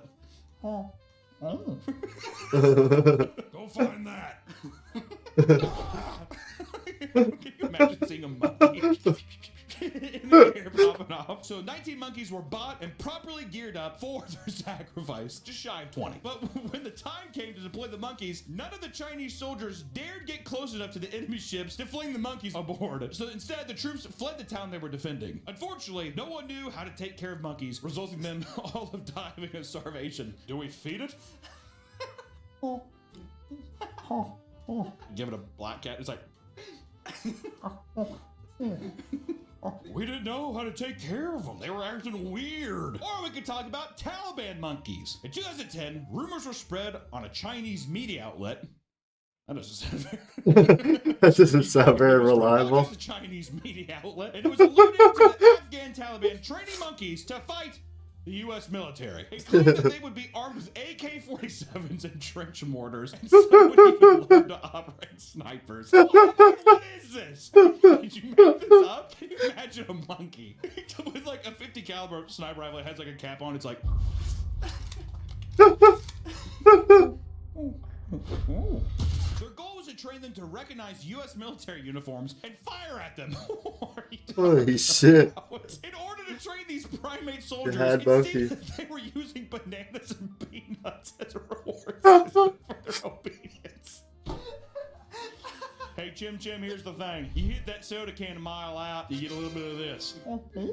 Many scoffed at this rumor, as monkeys simply didn't possess the cognitive ability to be of any use in war, and a NATO spokesperson claimed it was no basis in reality. Yeah! What's funny is that they made like a 3D render showing the Taliban training them. You know, there's one guy who's just like, oh my god. He has like a copy of Mighty Joe Young on VHS. We got it prepped for war. Seriously, they're coming for us. Or we could talk about Morocco offers U.S. monkeys to detonate mines. What does that mean? In Holy 2003, shit. Moroccan government officials offered 2,000 trained monkeys to help detonate landmines in Iraq. And by training, the Moroccan government meant that the monkeys could Just run have to out run and out there and blow them all up. causing the landmine to detonate and explode the monkeys in the process. That's such false advertising. So you're like, oh my god, these are like smart monkeys. Oh, they should be like gonna walk around like that and just blow up in the middle of the desert. Luckily Holy for us, crap. we have better techniques to detect landmines, such as the bomb-sniffing rat. Magawa, the African giant pouched rat, was utilized by Apopo, an organization that trains these types of rats to detect landmines as well as tuberculosis. Dual purpose.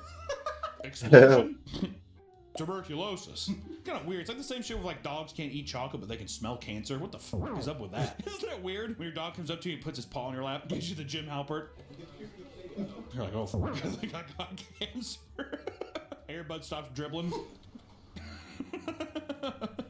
Due to decades of conflict, Cambodia was riddled with hidden landmines that have yet to be unearthed. This had created a huge risk for those living there. Since 1979, 65,000 people have either been killed or injured due to landmines left over in previous conflicts. That's a lot. 65,000 people? How the fuck do you scatter that many landmines? And now they're like, there's way more. Doesn't that seem like a lot? How much space is there in Cambodia to drop that many landmines? Goddamn. With proper training, Magawa was able to understand the smells associated with landmines so that he could alert his owners and have them safely disposed of. Due to his lightweight frame, he could traverse this area without activating an explosion. His reward for finding the mines was a piece of a banana. You saved Nice. 6 people.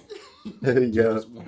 You'll get the whole thing after the day. And during his career, Magawa helped clear over 56 acres of land, roughly 42 football fields of landmines. That's awesome. From 2016 What to a beast. 2021, he successfully identified 71 landmines and 38 instances of other unexploded ordnance. And in 2020, he was the first rat to receive the PDSA gold medal for Nice. being honored during a virtual ceremony. What the fuck? COVID was Oh, a yeah. tough time. Just COVID did. Magawa retired from bomb sniffing due to old age. And for several weeks, he mentored 20 newly recruited rats before There you go, fully dude. retiring to a life of snacking on bananas and peanuts. He died Nice. peacefully in January of 2022. God, what a hero! What a Yeah, what a hero. legend, that, dude. that made me so giddy. This is going to be an Illumination project in the future. Patton Oswalt's gonna voice it because he voices every single animated character out there. It's gonna be him and what is it, Chris Pratt. But you know what? Sure, Magawa was a good man, died like a hero, and we do have a shrine of him at our studio now. But we need to talk about other animals hunting mines, like mine hunting dolphins. This one seems a bit counterintuitive, doesn't it? A fish coming out on land. Rats weren't the only animals used to sniff out landmines. And in fact, the US Navy began studying dolphins in the 1960s to see if they could use them for war as well. Dolphins were being trained to sniff out underwater mines before using devices to mark them so the Navy could dispose of them safely. This was heavily utilized in the Iraq War in 2003, using dolphins to clear out over 100 mines, as well as use buoy flotation devices to force enemy divers onto the surface. That's kind of fucked up. It's like a guy swimming, the dolphin's like, can you imagine? The guy's like, put it on and push him.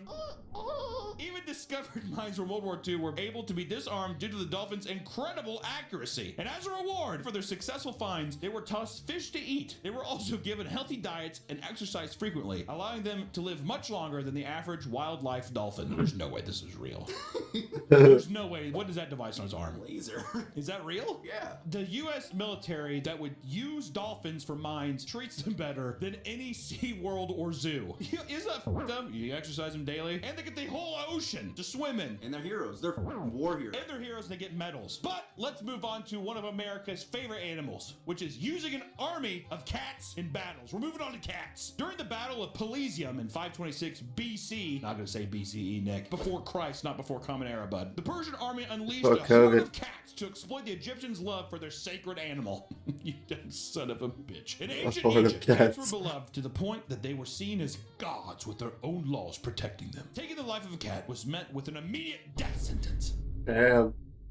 I don't like cats. You know what's weird is I like my barn cats a lot. The cats I have in my house, they piss everywhere. Not The everywhere, immediate but they death piss sentence. sometimes. You're just like, fucking, like what do you do all day? You're doing this? My barn cats are awesome. Love them. And they eat mice. Bellies are full. They're actually working. They're working all day. And they have a great, I mean, they're like running around outside. My inside cats are just like,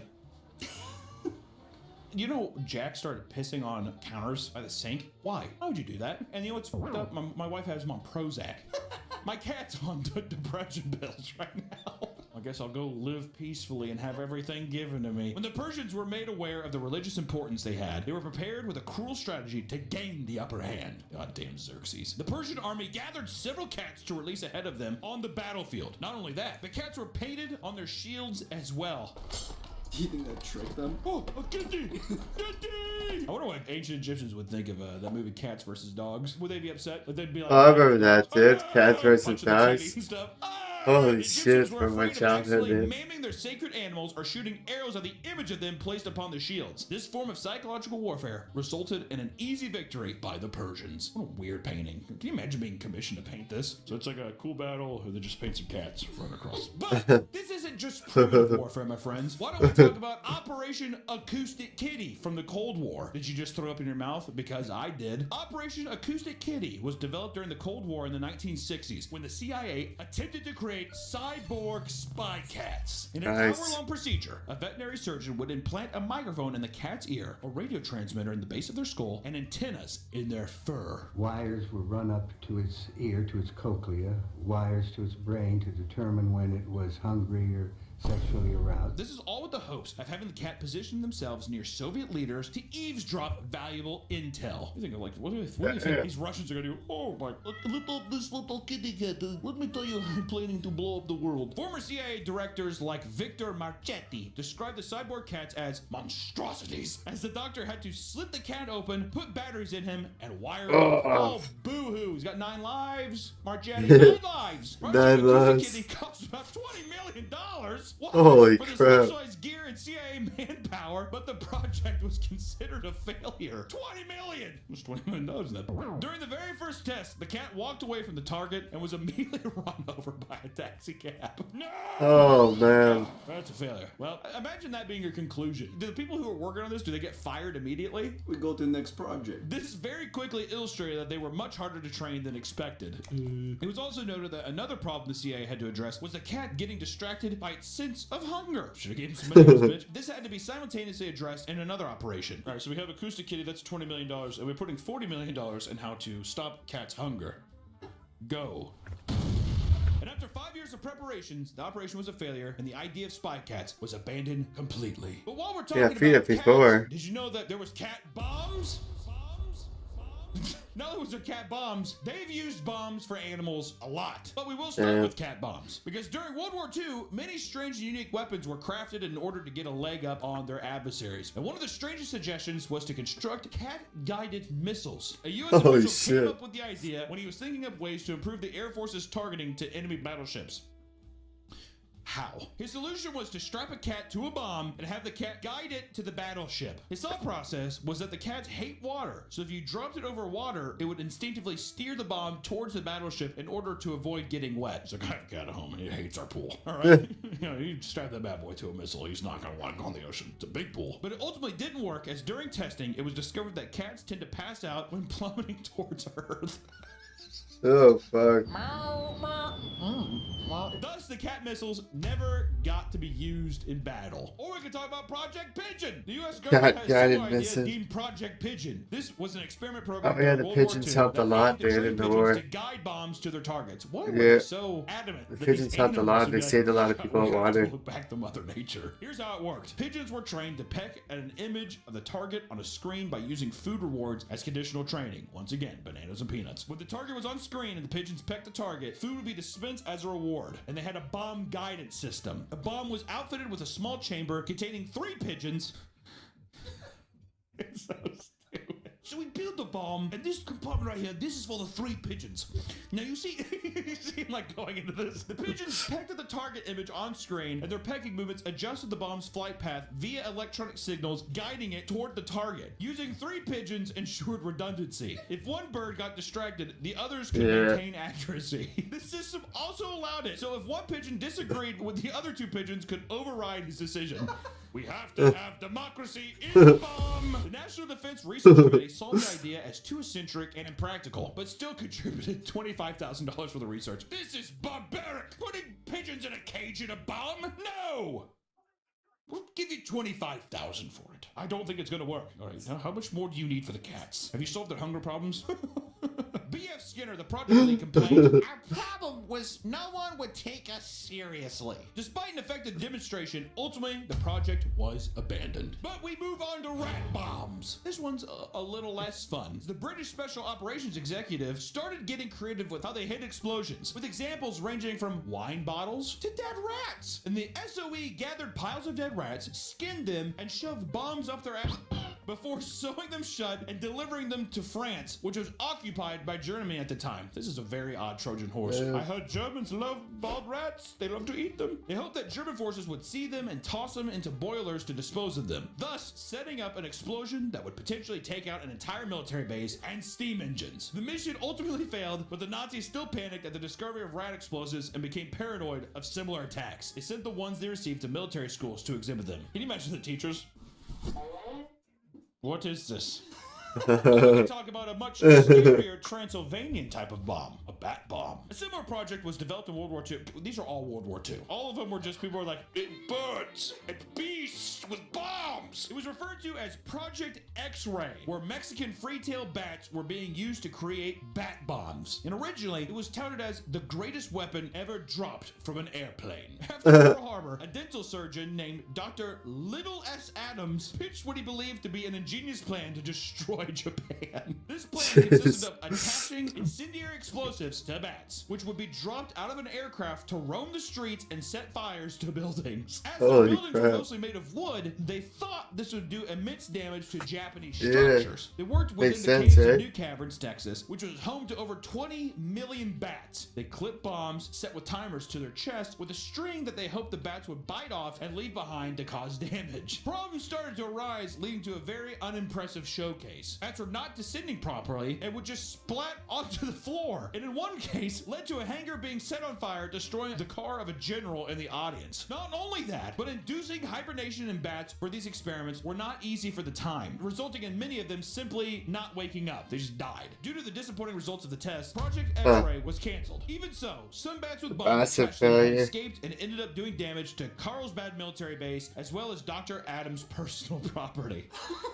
Oh, so he was dropped from a plane and they just died. He was just sat there. He's just half of them are dead. Now. Don't mind the bat. The other half just hit the fucking ground. I'm working with the government on something big. Has he never seen a bat fly? What is he expecting? Like, birds are graceful, right? Bats are like... Or we could talk about Stalin's kamikaze canines. During World War II, the Soviet army trained dogs to take out German tanks in missions and unaliving missions. Thanks, YouTube. To do this, they would starve dogs and then eventually feed them by putting food under stationary tanks. Oh man, that's fucked. Using Pavlov's theory, the dogs would now instinctively search under tanks to look for food. The problem arose when the dogs were unable to handle the complicated test scenarios. In a real battle, the sounds of gunfire and tanks easily confused the dogs and sent them into a panic. It was common that they would check under the tank and return with bombs, leaving the entire groups of allies being obliterated. Fido not! At times, the dogs would avoid German tanks that reeked of petrol and ran under Russian tanks instead, leading to more unnecessary destruction. Although riddled with arrows, these anti-tank dog units were able to destroy hundreds of tanks throughout World War II. So while there was some oopsie daisies, that's just kind of Russian in general. Yeah, we got it done. Anti-tank dogs. 50% of your own people. We got it done. All right. These were not the oldest accounts of animals being used as explosives. In 184 BC, snake bombs were utilized during the battle between the kingdoms of Bithynia and Pergamon. During intense naval combat, Hannibal Barca was aware that the Pergamonian forces were far too overwhelming. Because of this, he devised a plan to create a unique type of explosive. He told his fleet to begin filling thousands of clay pots with venomous snakes before launching them at enemy captain's ship, where King Eumenes II was contained. The venomous snakes crashed into the ship and, already provoked, began attacking the terrified soldiers. The entire enemy fleet began to panic, shocked at such an unconventional battle tactic. Among the chaos, Hannibal charged towards the weakened enemy ships and emerged victorious. This one actually seems like it would be a good idea. Is that a pot?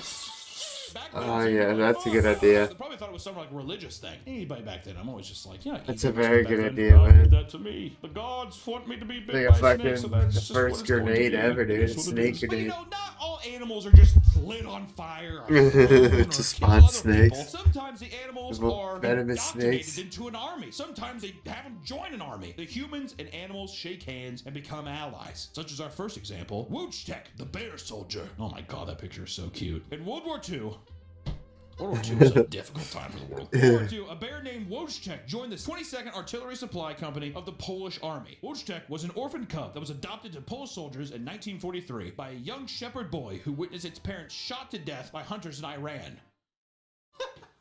Holy shit. What? He was originally purchased as a mascot for the Polish army, and the name Wojciech was given to him, meaning happy warrior. Remember how your parents got shot? You're happy. Look how happy he looks. Over time, he slowly mimicked the human actions of those around him. He learned how to salute and march alongside the soldiers. He was known to ingest cigarettes and drink coffee and beer. Oh yeah. Dmitry Swaluvgo, a veteran of the 2nd Corps, recalls, quote, I soon became familiar with Wojciech as we spent much time together. We all loved him, and everyone enjoyed his company. He loved to drink from beer bottle, and when it was empty, he would look through the opening to see where the rest of the beer was. Like, the Polish army made the decision to enlist Wojciech as a soldier so that he could join them on the battlefield, and this meant giving him a badge, a pay book, and a serial number and ranking. I just want to say this right now. That picture is adorable. Wojciech is adorable. He was able to help during battles by carrying supplies, and apparently during the Battle of Monte Cassino, he single-handedly stacked 100-pound crates of artillery in the middle of a heavy gunfire. In the middle of heavy gunfire, he was a working man. Apparently, he would actually stack it himself, because it says, like, during training, when he saw people start stacking stuff, he'd go, ooh, and, like, weird bear sounds. You know, work a whale. He became so useful that he was promoted to corporal, and the 22nd Artillery Supply Company even got customized Wojciech emblems approved to be worn on all their equipment. That is so sick. That is so sick. That was like Godzilla there. That's what I love about it. Wojciech retired at the end of World War II, Looks like moving to Godzilla. Berkshire in Scotland with other members of the 22nd Company. They claimed that he, quote, attended dances, concerts, local children parties, and behaved close to a human. As Wojciech got older, it was decided that he would be donated to the Edinburgh Zoo. There, he was visited by his friends on many occasions until he passed away in 1963. Yeah, what a beast.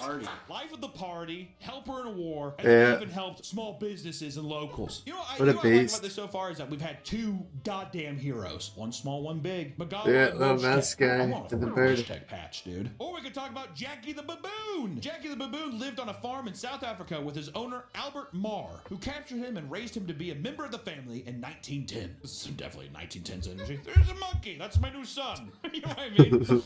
When war broke out 5 years later, Albert was drafted in the military, but he refused to leave Jackie at home. That doesn't sound sweet. I don't want to leave him. No, it was definitely like, if I'm going, you're going. Jackie's like, oh.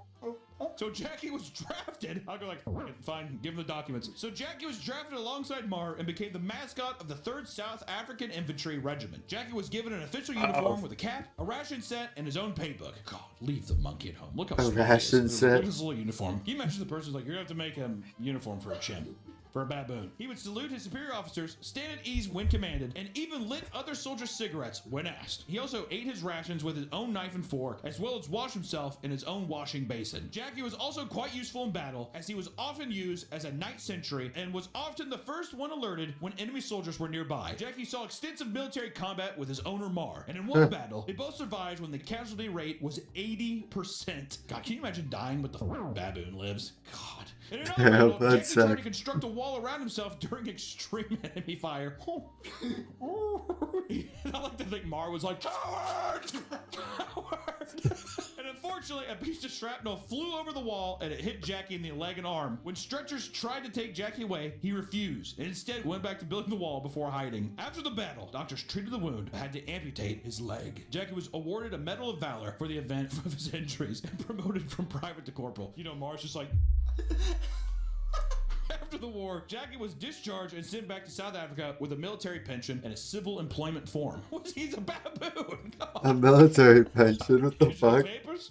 You're mad? I mean, we're like, what is he gonna do with this? Sadly, Jackie passed away just a year later in 1921. What the fuck's Jackie he gonna was do the with only baboon that papers? was a part of the South African Army, but he was the only one to achieve the rank of private or higher. You know what? Another hero. Even though I do think that Marr was pissed off the whole time, I don't think Marr got that high. But he's like, did you build yourself a wall and eat nuts and berries and fruit? He's like, I was in the battles. And you know what? Yeah, we're talking about awesome hero animals. But sometimes man has to go to war with animals, such as the Great Emu War in 1932 in Australia. In 1932, Australia was forced to go to war with an endless horde of emus to protect their land from being destroyed. Emus were known as pests by many, especially to farmers who would often have their crops completely destroyed. And not only that, but their fences would be tampered with too. Australia's fine emus. Further harm emus and goddamn rabbits. In 1918, this became such a serious issue that the government released their status as a protected animal in order to enact a mass thinning of the population. Jesus Christ. The emu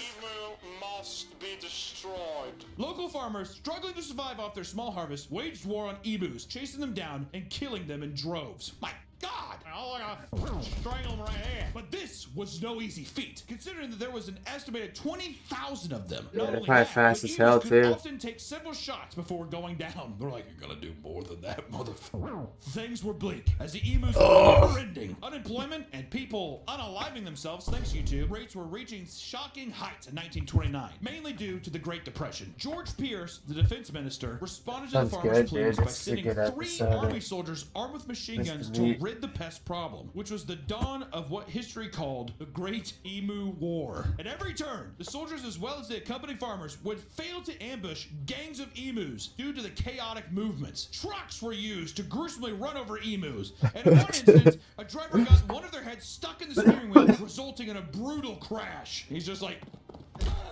He's like, what the bloody hell's going on here? The soldiers were forced to retreat. Everyone thought using bombs with animals and using animals on people to kill them. Australians are fighting fucking emus. 300 emu. And days later, soldiers were redeployed, my God, continuing the slaughter until a staggering 986 emus were taken out within a month of battle. Some claim that these numbers are inflated, possibly due to the embarrassment of being outsmarted by the birds. The emus were responding to war tactics of their own, splitting off into smaller groups, and over time, it became difficult to justify the ongoing battle economically, leading to the final withdrawal from the war. The emus had won, and the reward was a continuation of farmland destruction. When we were going through World War I, the Australians were fighting emus. The problem solved itself through complex barrier fencing, but not until after thousands of Australians suffered and lost their livelihoods. The goddamn emus won. That's just that we're ending there. I love that the ending here. You start off. Yeah, should have got the kangaroos to fight for the help. You did. Light them on fire, do whatever you can, and at the end, they're war heroes. You go to war with them and you lose. And sometimes that's just the way it is. But all I know is this, my friends: war is never the answer. The answer is never lighting a pigeon on fire. It's not just that is literally not the answer. So if you're doing some war of your own, I would say leave the aviation firebirds. Leave that on the table. But until next time, everyone, stay safe, and I'll see you in the next one. Bye-bye. When animals eat their owners. The paranoid world of doomsday preppers. Oh, that sounds good, dude. This guy's own bunkers and shit. Back to the Papa Me channel. How you doing? How you doing? Come on and sit on down because today, my friends, the end is finally here. Damn. We're talking about doomsday. But most importantly, we're sick talking about edit, the people who prep for those doomsday. Doomsday preppers! When survival's the goal, it's into the spider hole. Yeah, it's cozy in here.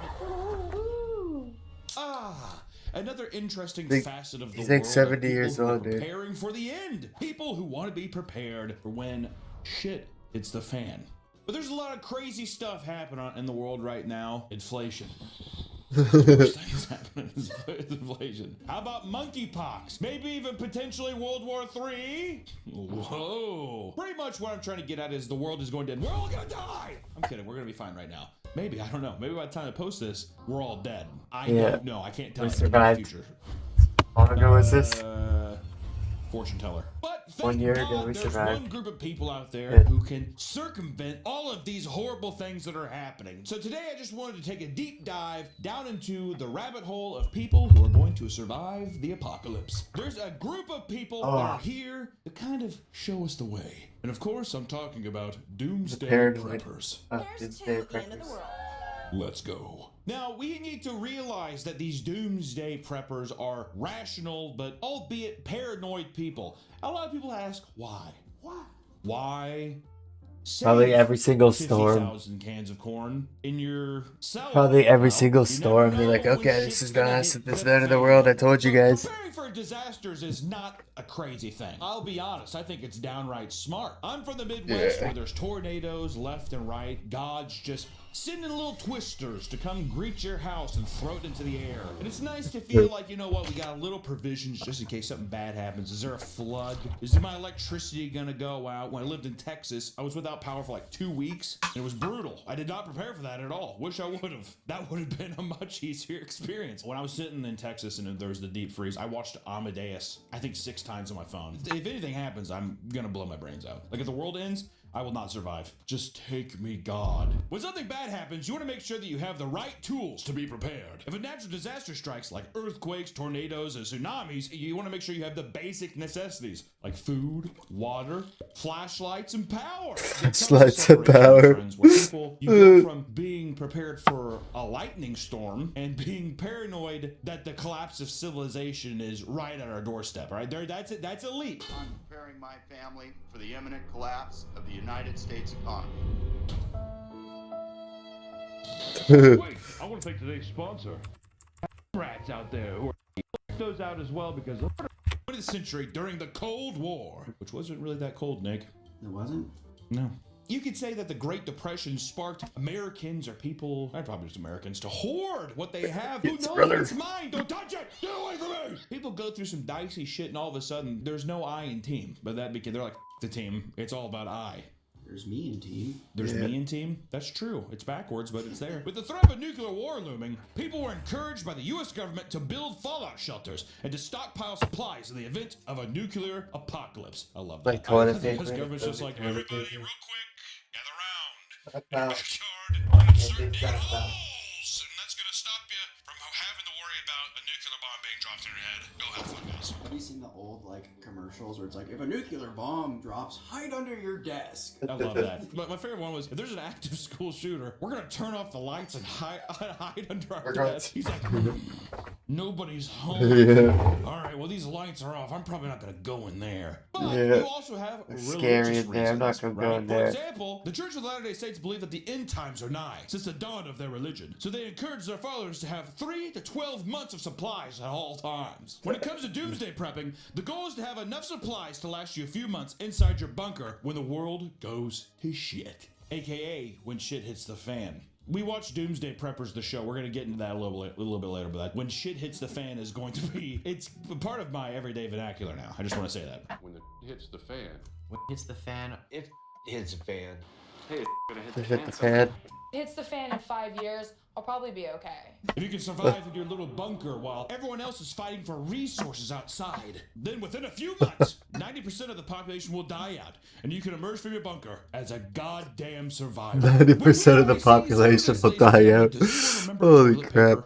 Yeah, I just said toilet paper, dude. As soon as shit starts hitting the fan, people hoard stuff like motherfuckers. I had the worst food poisoning. I tried making some chicken at home. People don't have not cook all bidets. the way through, and I had horrible diarrhea. So is that kind of pain in your asshole where it feels like chapped lips? I didn't even know the pain was that big of a deal at the time. This is before. I mean, I really knew what was going on. I went to the store when I went to the aisle and like every single piece of toilet paper was gone. That's when I knew. I've experienced stuff before where people raid grocery stores and stuff, and you're like, they left all the bottles of water, but they took all the goddamn Tang. Something's going on here. Okay. The thing about Doomsday Prepper is that it is a beautiful spectrum. On one side, you have rational people, and on the other side, you have mentally deranged people. So you have rational people who are like, hey, it might storm. It'd be nice to have some Duracell batteries, some flashlights, and some water. And there's some people who are like, if you come near me, I'm going to kill you. But that's what we're trying to figure out today, dude. Which end of the spectrum are you on? So level 1, the toe dippers.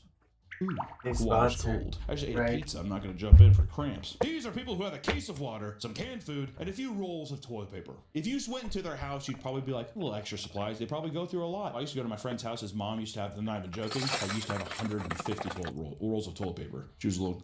Have you seen that video of the lady getting hit with the brick in the car?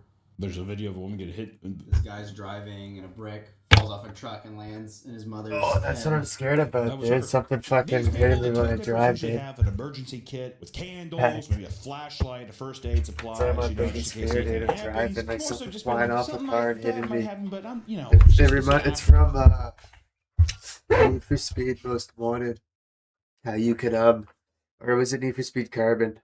How you can side swipe the fucking the trucks with the fucking logs on them, and they'd all fall on the ground, and you can get away from the cops. I think it was Most Wanted, but it could have been Carbon had the mountains, the hill races or the mountain races, and Need for Speed you just to get away from the cop, or Most Wanted you just get away from the cops all the time. Thought, but then we get into level 2. And level 2 is where we start getting a little shaky, all right? We call this the paranoid. These are the people who get a little further beyond preparing for your occasional emergency and expect weeks to months long emergencies such as civil unrest and severe natural disasters. Which let me tell you, Nick, if I was younger, I'd be like, civil unrest, what the f are you talking about? Yeah, the past 4 years, goddamn, I'm not gonna be a level 2, dude. I'm a little paranoid. I've experienced so many natural disasters anyways. Texas, the deep freeze, goddamn pipes burst everywhere, flooded the house. Unbelievable. The paranoid also believe that people are going to immediately raid the grocery stores, so you need to have a full stock pantry for you and your family in order to weather this storm. Once again, doesn't seem that paranoid whenever I've seen this firsthand. COVID, toilet paper, all kinds of stuff. So you're never more than 20 feet away from a firearm in this house. One example is a small firearm and a number 10 can of peas. And I remember that because it's my pea shooter. These prepper pantries are rooms or garages in people's homes where they stockpile non-perishable food items. Of course, these guys are all American. Last a few months to even a couple years, which I can't even imagine. We could survive for years. That has to be like your entire garage is just filled with stuff. Even like canned food, your garage or your basement. It's not even just a room; it's either the garage or the whole basement. Shelf-stable foods like rice, beans, and canned food, water storage containers, solar generators, some basic tools. Not Ryobi, dude. Nick bought Ryobi stuff for the studio and it pissed me off. Just get DeWalt. Why'd you do it, Nick? DeWalt cost way more. They didn't have any DeWalt. You're a liar. A portable stove for cooking, maybe a gun I and like some Milwaukee more because their beer is good. Tarps, tents, blankets, and sleeping bags. Which honestly, out of this paranoid section, DeWalt's way more. DeWalt's like an extra $100. It's the excess. Well, it's the excess, and it's also immediately jumping to the conclusion that the worst is going to happen. Or Milwaukee, Rigid, tomorrow it's going to happen. Ryobi are all good. Happened and people did that, I'd be like, well, yeah. I mean, we're in track. But like right now, something. Milwaukee's the best though. Which I guess it is just hindsight, but to me, I'm just like, they got only because they got their own beer. Years of perishables. Genius, man. Make grills and then make beer. What a fucking great idea, dude. So they know every tradesman fucking drinks. These are bags that are packed with essential items that can last 48 to 72 hours and are stored in a safe place. Bug out bag. The bug out bag. Most people call this a bug out pack, but I just refer to it as a survival pack. There are birds and ducks and things, and if I had to, potentially I could catch some meat for dinner with my sling. Which you call it a bug out bag because if something hits the shit hits the fan, you want you to get a bug out bag. Get out. Need something for my bug out bag. Bug out bag, gotta have it. Also, you know what's kind of crazy too? This is also enters that level of paranoia. Think about how often they have to update the bug out bag. This beans no good. We gotta update the bug out bag. If an emergency requires you to leave your house, aka bug out, then you can quickly and easily grab your bag and head to your new destination. We're here at Walmart. I've got $100 for my $100 survival kit Walmart challenge. $100 survival kit Walmart challenge. That does not feel that hard. For $100 at Walmart? You kidding me? He's like, I was able to pick up 2 guns, a fishing pole, and enough perishables to last us 4 autumns. The way she jolted out of that thing, goddamn, dude. Did her dirty with the edit there, though. She's like trying to turn and like smile and be like, this is what I got, and he's just like, cut that. And similarly, there are get home bags that preppers have in their cars that contain enough supplies to get them safely home. I got a pistol, a flashlight, and enough Cliff Bars to last me 6 autumns. I'm done with the winter. I'm doing autumns now. The winters I'm not scared about. The autumns is when it gets unruly and start getting diarrheas. In this category, you also learn basic skills such as CPR, medical training, and even some survival skills. Here's the thing. I just want to say, I know I said that we labeled this level 2 paranoia. It is paranoia. I still don't think this is totally egregious. The problem with these group of people is I bet you they talk about it a lot. Did you just see what happened on the news? And you're just like, oh, goddamn, dude. To me, it's mostly, I already got enough shit going on in my life. The beatus, I got acid reflux, hemorrhoids, back acne. My fingers are starting to get hairy, like my Bulgarian grandpa's. I got ducks dying on me. And then some guy's just like, did you just see that they actually just shot off 6 missiles? It's probably coming any day now. Can we just talk about how horrible everything? Please. Oh, I'd love that. Let's do that. Please. Thank you. Yeah, thank God I got my bug out bag, though, and 6 rounds of corn just in case you need to make it through the autumn. Level 2 is probably where I would still be friends with this person, but level 3, this is when I start like, I can't anymore. Which level 3 we have as the survivalist, aka yeah. Then they get the bunker. This category is for the This is when they get the preppers bunker. who have swallowed the doomsday pill. These are people that are preparing and sometimes even hoping for the collapse of civilization, government tyranny, an apocalyptic event such as nuclear war, global pandemic, and even an asteroid impact. Oh, please, God, please hurl that rock at our Earth. Please, God! At this level of prepper, you're basically fully committed to the idea that the world is ending, and you are so deeply entrenched in the philosophy that this is now your identity as a person. There is even a dedicated show all about doomsday preppers showing off the crazy lengths that people will go to prepare for this end. That's not just the end. Oh, God. Get ready. There's no other way but to prepare. If you're gonna survive. No longer are you storing canned greens and rice in your pantry. Rice? What are you talking about? Rice and canned beans in your garage? You got soft hands, sweetheart. I've been prepping since I was 6 years old. There's kids down here who are prepping since. Oh, I know there's kids. I feel bad for these. You know what kind of reminds me of like a cult, like a religious cult, a little bit. You know what I mean? You ever see like a kid dressed up in like a like suit? He's like, oh my God, it's an awesome God, he reigns. I'm like, that motherfucker didn't stand a chance, dude. You know what I mean? It's like, if you're older and you're just like, dude, I just love getting the gospel out. It just creeps me out, dude. When I see little kids and they're just like, I can't wait to go to heaven. But instead of, your little cupcake factory that you were in before, now you're investing thousands of dollars into prepper-specific brands that can last years. Such as our good old friend, Jim Baker. Remember Jim Baker? Love Jim Baker's food buckets. This is Mexican food that real-life Mexicans approve of. You know, this is not gringo food. This is good food. The Jim Baker food bucket we will buy one day, and I will try some of his soup. $300 in the Jim Baker bucket can get you 144 meals Holy with a guaranteed shit. shelf life of 25 years. If you purchase the Damn. bucket, and 25 years later you're just like, I didn't even need this thing. Well, I had all these potatoes. Holy shit, dude! I should buy that and eat that on stream. Guess that Try to eat the whole For 111 $4,000, fucking. you can get the Defender Dozen. Oh We gotta my spend God. $4,000 on the Defender Dozen. It's gonna be crazy. This gives you 2,448 total servings of food for $4,000 up front. Now you're getting almost $2,500 servings of food. Does that seem like a lot? If across you and your It's family, like $2 a fucking serving.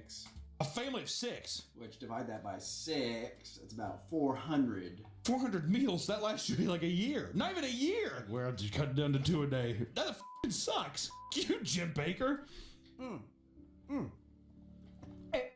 Oh, good.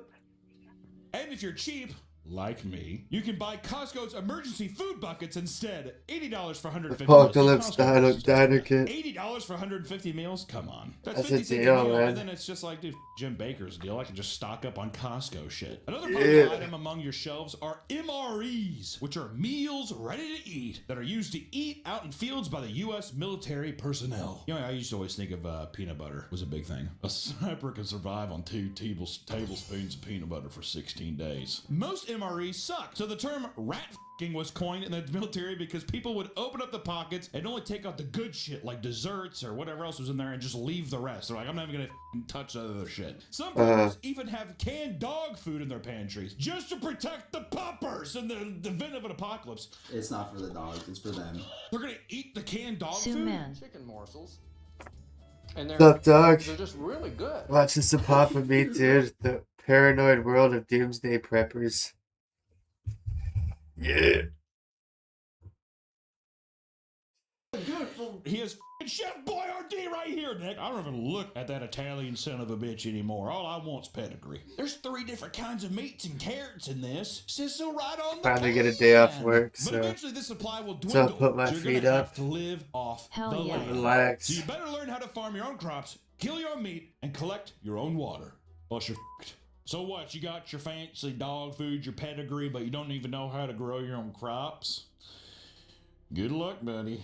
But let's talk about shelter. People think of doomsday preppers, they think of one thing, and it's doomsday bunkers, dude. Your little straw house that the big bad wolf can blow over isn't big enough for you and your growing I took a nap supplies soon of and growing family. Most preppers have so a gotta room or switch basement to switch store to their night supplies. shift But if you're a true today. doomsday prepper, then you have to have your own I take a nap soon and play some underground RuneScape late night. shelter. If you're like, I'm a doomsday prepper, it's all in your house, you don't have some shit built in the ground.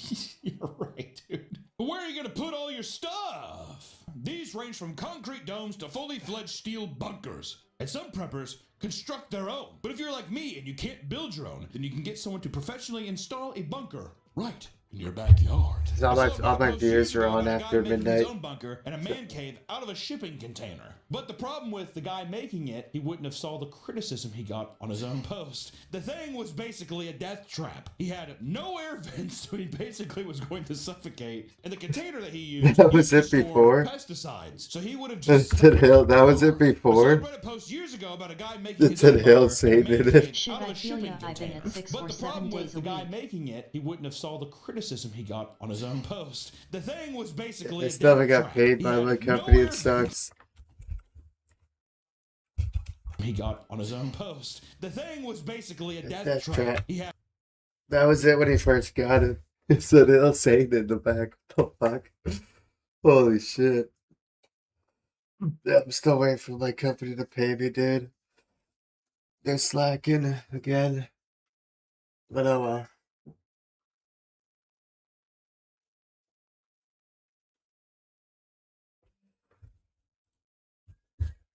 no air vents, so he basically was going to suffocate. And the container that he used to store pesticides, so he would have just suffocated and just been poisoned If to you death. don't All for a mind little me man asking cave, how which to much be you fair, make an kind hour. of metal.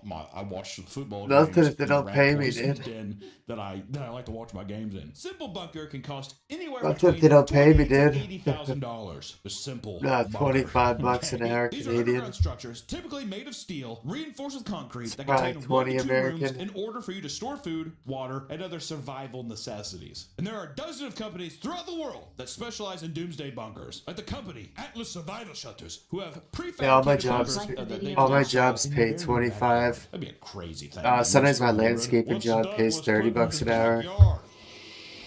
They have a wide variety of options to choose from, ranging from a Well, simple before I made 5x7 like 40 bucks or design like to a 50 bucks an hour 6,000 from them. square foot No, like 40 military bucks an hour complex. from a That's landscaping job. Fallout game. I was Because just he wondering pays because you it by the looks like day. 7 families interconnected their yard with a giant metal structure system. They tell them to pay me like by the day of the job. I don't think it was me.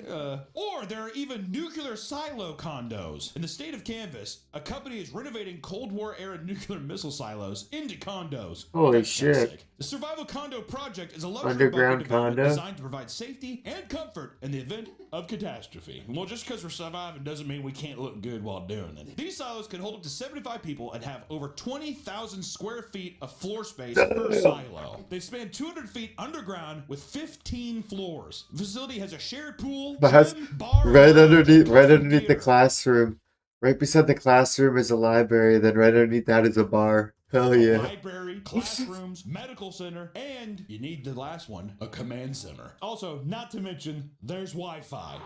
Nice. Hell yeah! Hell yeah! The world does end, you better Wi-Fi. believe all of our beautiful internet companies who love us will keep that shit running forever. Oh, yeah. Even when Earth is gone, those fiber cables are going to be f***ing working, all right? Yeah. If you're interested in owning When the one of the apocalypse spaces, the happens, project there features a better few be unit Wi-Fi. options. For 1.5 million buckaroos, you can buy half a floor condo. Not too bad. For only, what, $1.5 million? Chump change! Chump change! This gets you 900 square feet of living space, 1 or 2 beds, a kitchen, and a TV in every entry. It's a lot of TVs. You're welcome. Or, for $3 million, you can get the full floor. That's about a little over 1,800 square feet, 3 bedrooms, 2 baths, then a kitchen, a great room, and a dining room. But if you're like, Oh my god! They you put that might on the wanna go for window. 4.5 million. They put this on the window so it looks like it's outside, dude. Because it'd be fucking depressing if there's no windows. That's pretty smart, dude. Because if there's no windows or anything there, it'd look a lot worse. It'd be a lot more unhealthy for your mental health and shit. Because people don't have enough guns, yeah. Package, which can get you 3,600 square feet condo on. Well, they all are American so far, so I think they might have some pay for guns, a dude. custom build complex ranging anywhere from 50,000 square feet to 300,000. Did you want to live in a legitimate military base factory? Okay, just making sure. You could build this out to be your own specification. You can modify it however you want to your tailored apocalypse experience. I think that seems pretty cool. You can have a giant pool, an arcade room, a theater, a full gym, and a conference room are just some of the examples of the spaces you can get built. Conference room for an apocalypse. What meeting are you having? The meeting of the minds. Well, the world has ended. What next? Thank God we have this inquisitive conference room to think in. Let's access the internet. Appears the internet is down. Even better example is the $18 million bunker house in Las Vegas, Nevada. This bad boy is 15,000 square feet, and it has 5 bedrooms, 6 bathrooms, a dance floor, yeah, a barbecue, yeah, a pool, a 4-hole golf course, 2 Nice. hot tubs, a sauna, a bar, lighting systems that can simulate sunlight and twinkly stars, artificial Nice. trees, fake rocks, and hand-painted Nice. murals simulating the outside world. A 1,000-gallon water tank, a cryogenic capsule 1,000 composed of 5 gallon? human heads and 4 bodies. Not to mention it has cell That's phone like a little reception, over cable, 1,000 and internet. days. Thank God. And you can rent the property out right now for Of drinking receptions, water. weddings, and even dance parties. That actually does sound kind of cool. But I will say, seeing That's pictures of why it, the not outside drinking scenery water. thing makes it look like you are being held captive by some murderer. It's like, let me leave in time.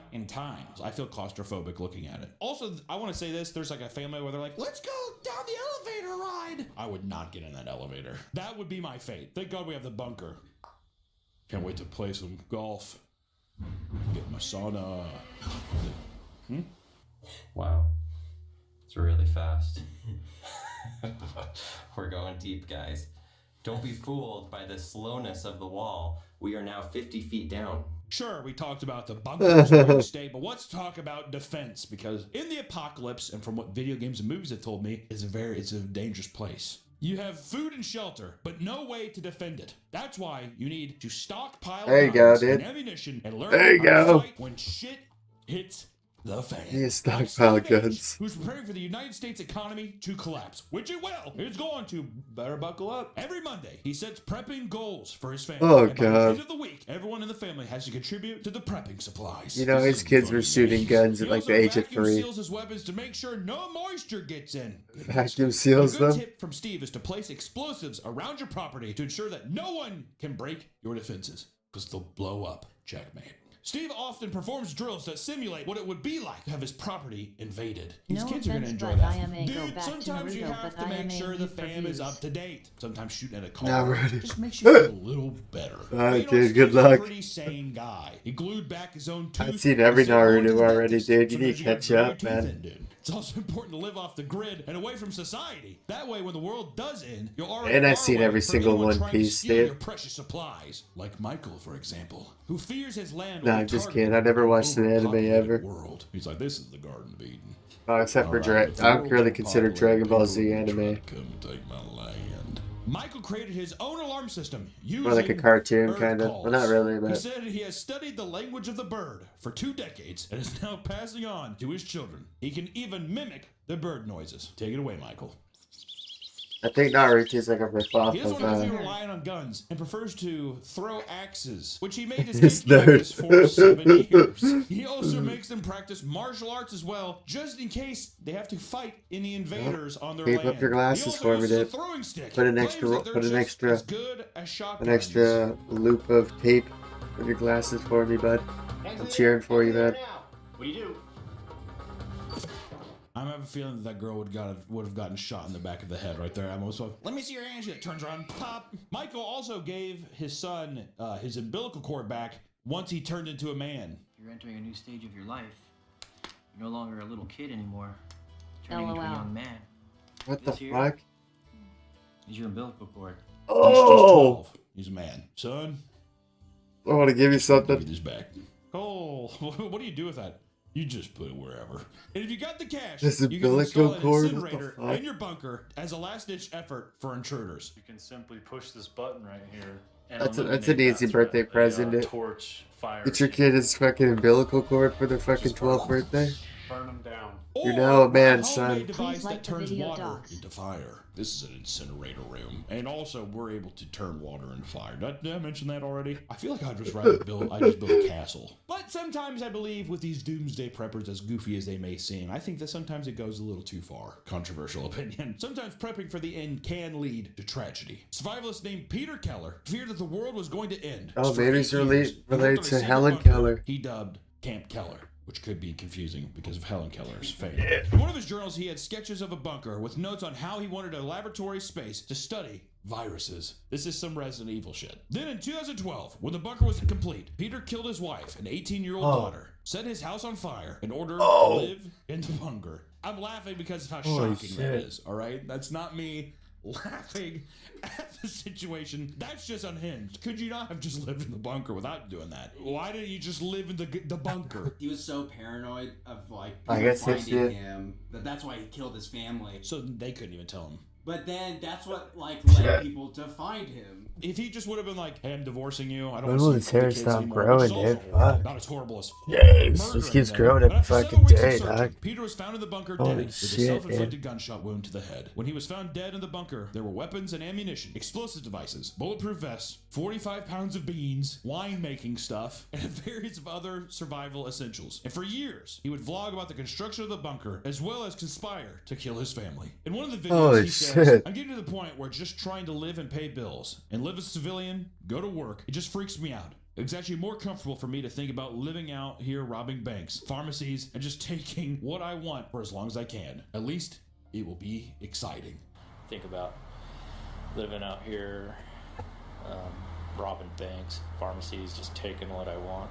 At least it'll be exciting. The Diaries of a Legitimate Madman. A reason we bring this up at the end, I Robbing think, is banks because and pharmacies. paranoia can amplify fear. But I think people fantasizing over things can become an obsession. I think a lot of people would get under the impression of like, well, why would you want something horrible to happen? When I don't think that these people want these things to happen. I think that they just believe it is going to happen. And that becomes the fantasy. That is the narrative in their head that repeats over and over and over again. There's nothing wrong with stockpiling f***ing beans and corn, or even having something to protect yourself in your house, like a gun, or having a flashlight. Something that gives you a bit of security. But it's when you amplify these things to such a means that once again, as affects others or affects people around you that you love. I mean, it becomes a dastardly, deceptive Yeah, the fucking obsession TVs like that just that. completely overconsumes every other facet of your life, where it's the only thing you think about. That's where I Just think one red paranoia line. and the doomsday prepping gets a little dicey. If the world ends, I'm sorry to say, we're probably all f***ed. Not me. Not Nick, because he did spend the $1.5 million and has the bunker in his backyard, but that's his story, not mine. I just want to say that trying to be Nick. prepared is not a bad thing. I think trying to instill the idea that the world Be is going to end is over-prepared. also probably not a fictitious thing to say either. I think I'd like to live in an existence where I can do my part now. Oh, they actually bought them, dude. They actually bought them in this video, dude. Of course, the mukbang people liked it because the thumbnail did. It said with 100 cheeseburgers. Did The you weird- not receive my super chat?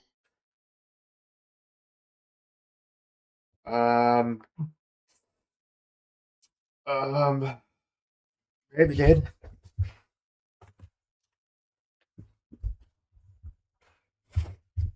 I think it would have popped up. I think the last one did. Nice, dude. Thanks, Doug. Super duper.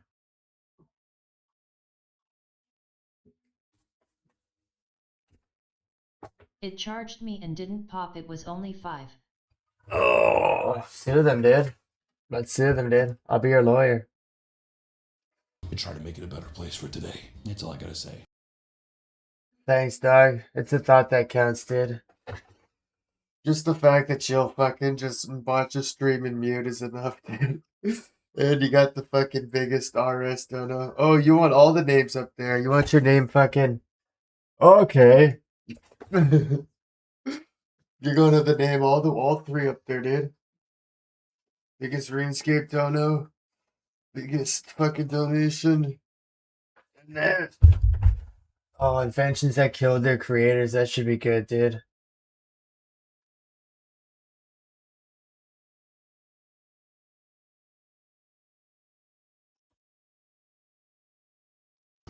Wait, before you go, we have new Patreon stickers. Randomized leprechaun stickers Hell available yeah, in the month of and I March, so sign up DPNT now. clout. And one of these little leprechauns could be yours. Yeah, that's why I don't put the 315, dude. How you doing? How you doing? Come on in and sit on down. So because people don't today try to we are stream talking snipe you. about inventors completely That's why I just put eat destroyed fresh. by their own inventions. And what I mean by that is Thanks, inventors Doug. who are killed by their own creations. A weird concept and a tragic one at that. You make something to give to the world. That sucks. I don't know why it doesn't pop up now, though at least the other one did. Shakespearean in nature, but also very fascinating. And I think it trickles You back to one support of the someone first who you accounts think I think is we good. all know and love, which is Icarus. Icarus is a great Yeah, someone who mythological works tale fucking about 3 jobs flew and too needs a close to the break. sun and you get burned, Needs to right? become a During this full-time prison streamer. cell, Support Icarus and someone his who you dad, think who is give a shit what entertaining. his name is. They make wings out of Oh feathers and shit, pillows, Behemoth and they're just able to fly uploaded, away. dude. But Icarus flies too close to the sun. Behemoth, the RuneScape guy. The RuneScape daily news and clips.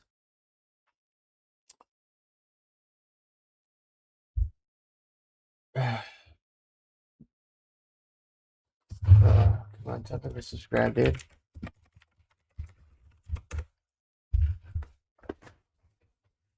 Oh, we're not subscribed. What the fuck? I had to get the notification. What the fuck?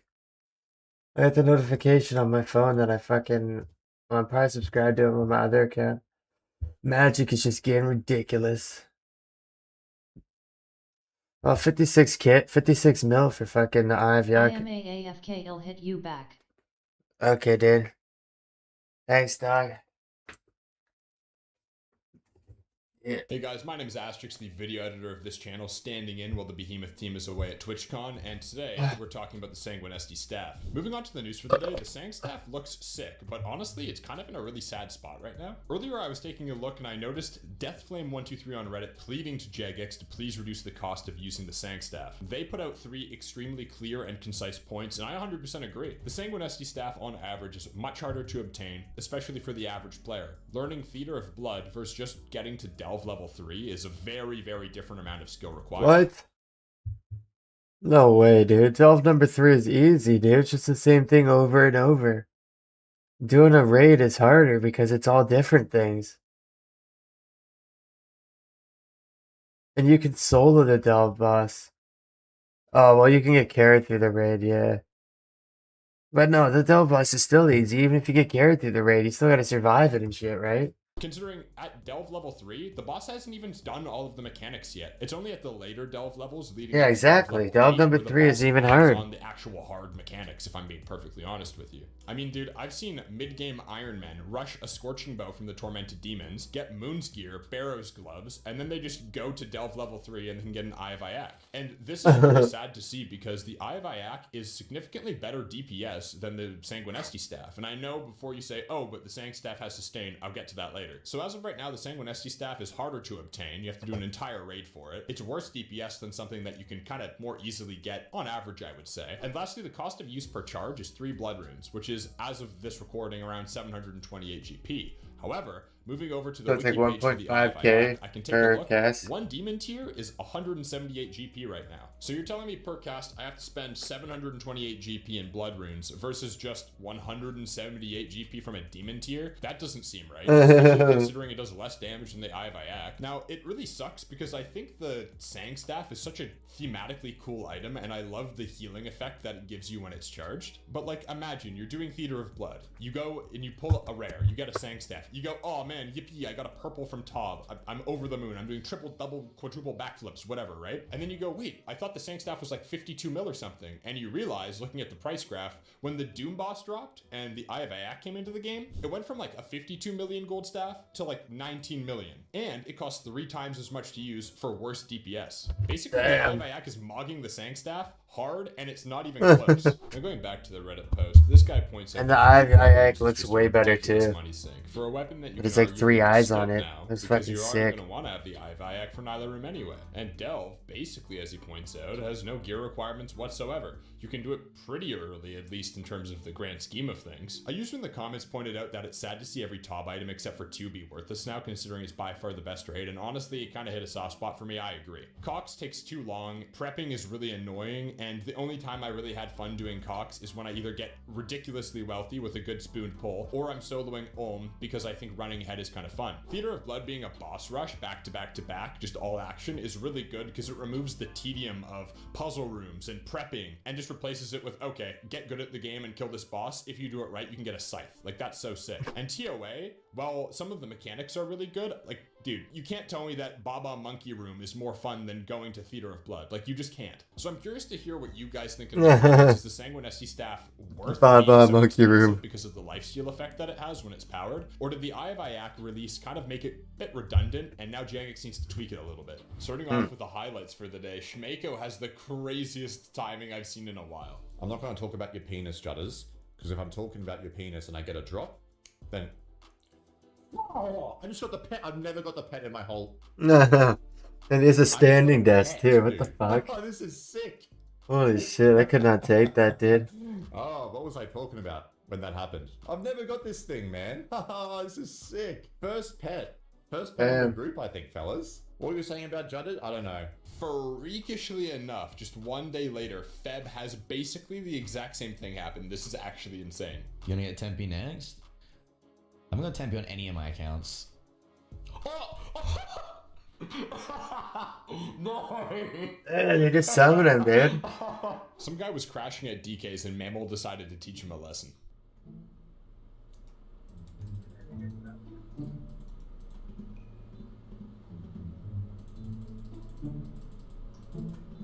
Stream sucks, by the way. Oh, it's too that good.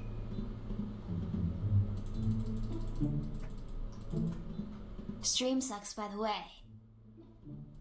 Here we have Excelina, huge loot, and a combat achievement at the same time must feel so good. Or not, yes. Oh my god, there's no way. Oh my god, he's done, guys. Oh god. Wait, and it's yellow. It's glowing. There you go. I did not even realize. Oh my god, can we... Wait, we need boots, Perfection. It took Rick Jr. over 500 KC to be done with Blue Moon. Oh my god, lads, it's finished. Oh my god, 532 KC and it's done. 36 KC. I was 3 times rate for that item, dude, and 4 times the rate for the last Blue Moon item. Oh, bro. It's finished. Lads, we don't have to be here anymore. Here's Semestro, and honestly, as a group Iron Man player who's in the early game right now, I'm so jealous. Damn. Oh! Hey, yo, bitch! No way! Yo, you! No, this is huge! Huge! Huge! Freaking Legend missed it! No! Clip it, man! Clip it! Yo! Clip it! Out of all the World of Warcraft players who came over to our game, I'm actually really impressed with Joker, and his passion for the game seems to just be growing over time. Like, look how genuinely hyped that he gets for this. He's not faking it. He played 16 hours a day for 7 years, no breaks, and when he got 200 meters all skills, he just disappeared. We got the goddamn motherfucking hat, boys! Let's go! No! We can't be stopped! You can't stop me! Cause I will just keep spooning, bro. I will just keep spooning. 8 minutes before I gotta end the stream. Here's Luna with an extraordinary stream. Earlier in the day, they got a fire cape, and by the end, check this out. Oh my. Oh my. Oh, cinema. Cinema. Oh, no Oh shit. way. Okay, so I've read the comments. You guys don't want too many of these, but this one specifically I have to include. You will never guess where this guy is playing RuneScape.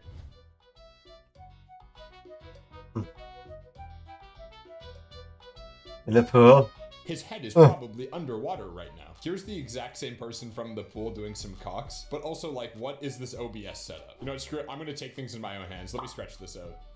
Twisted ball. Ah! Oh, holy shit!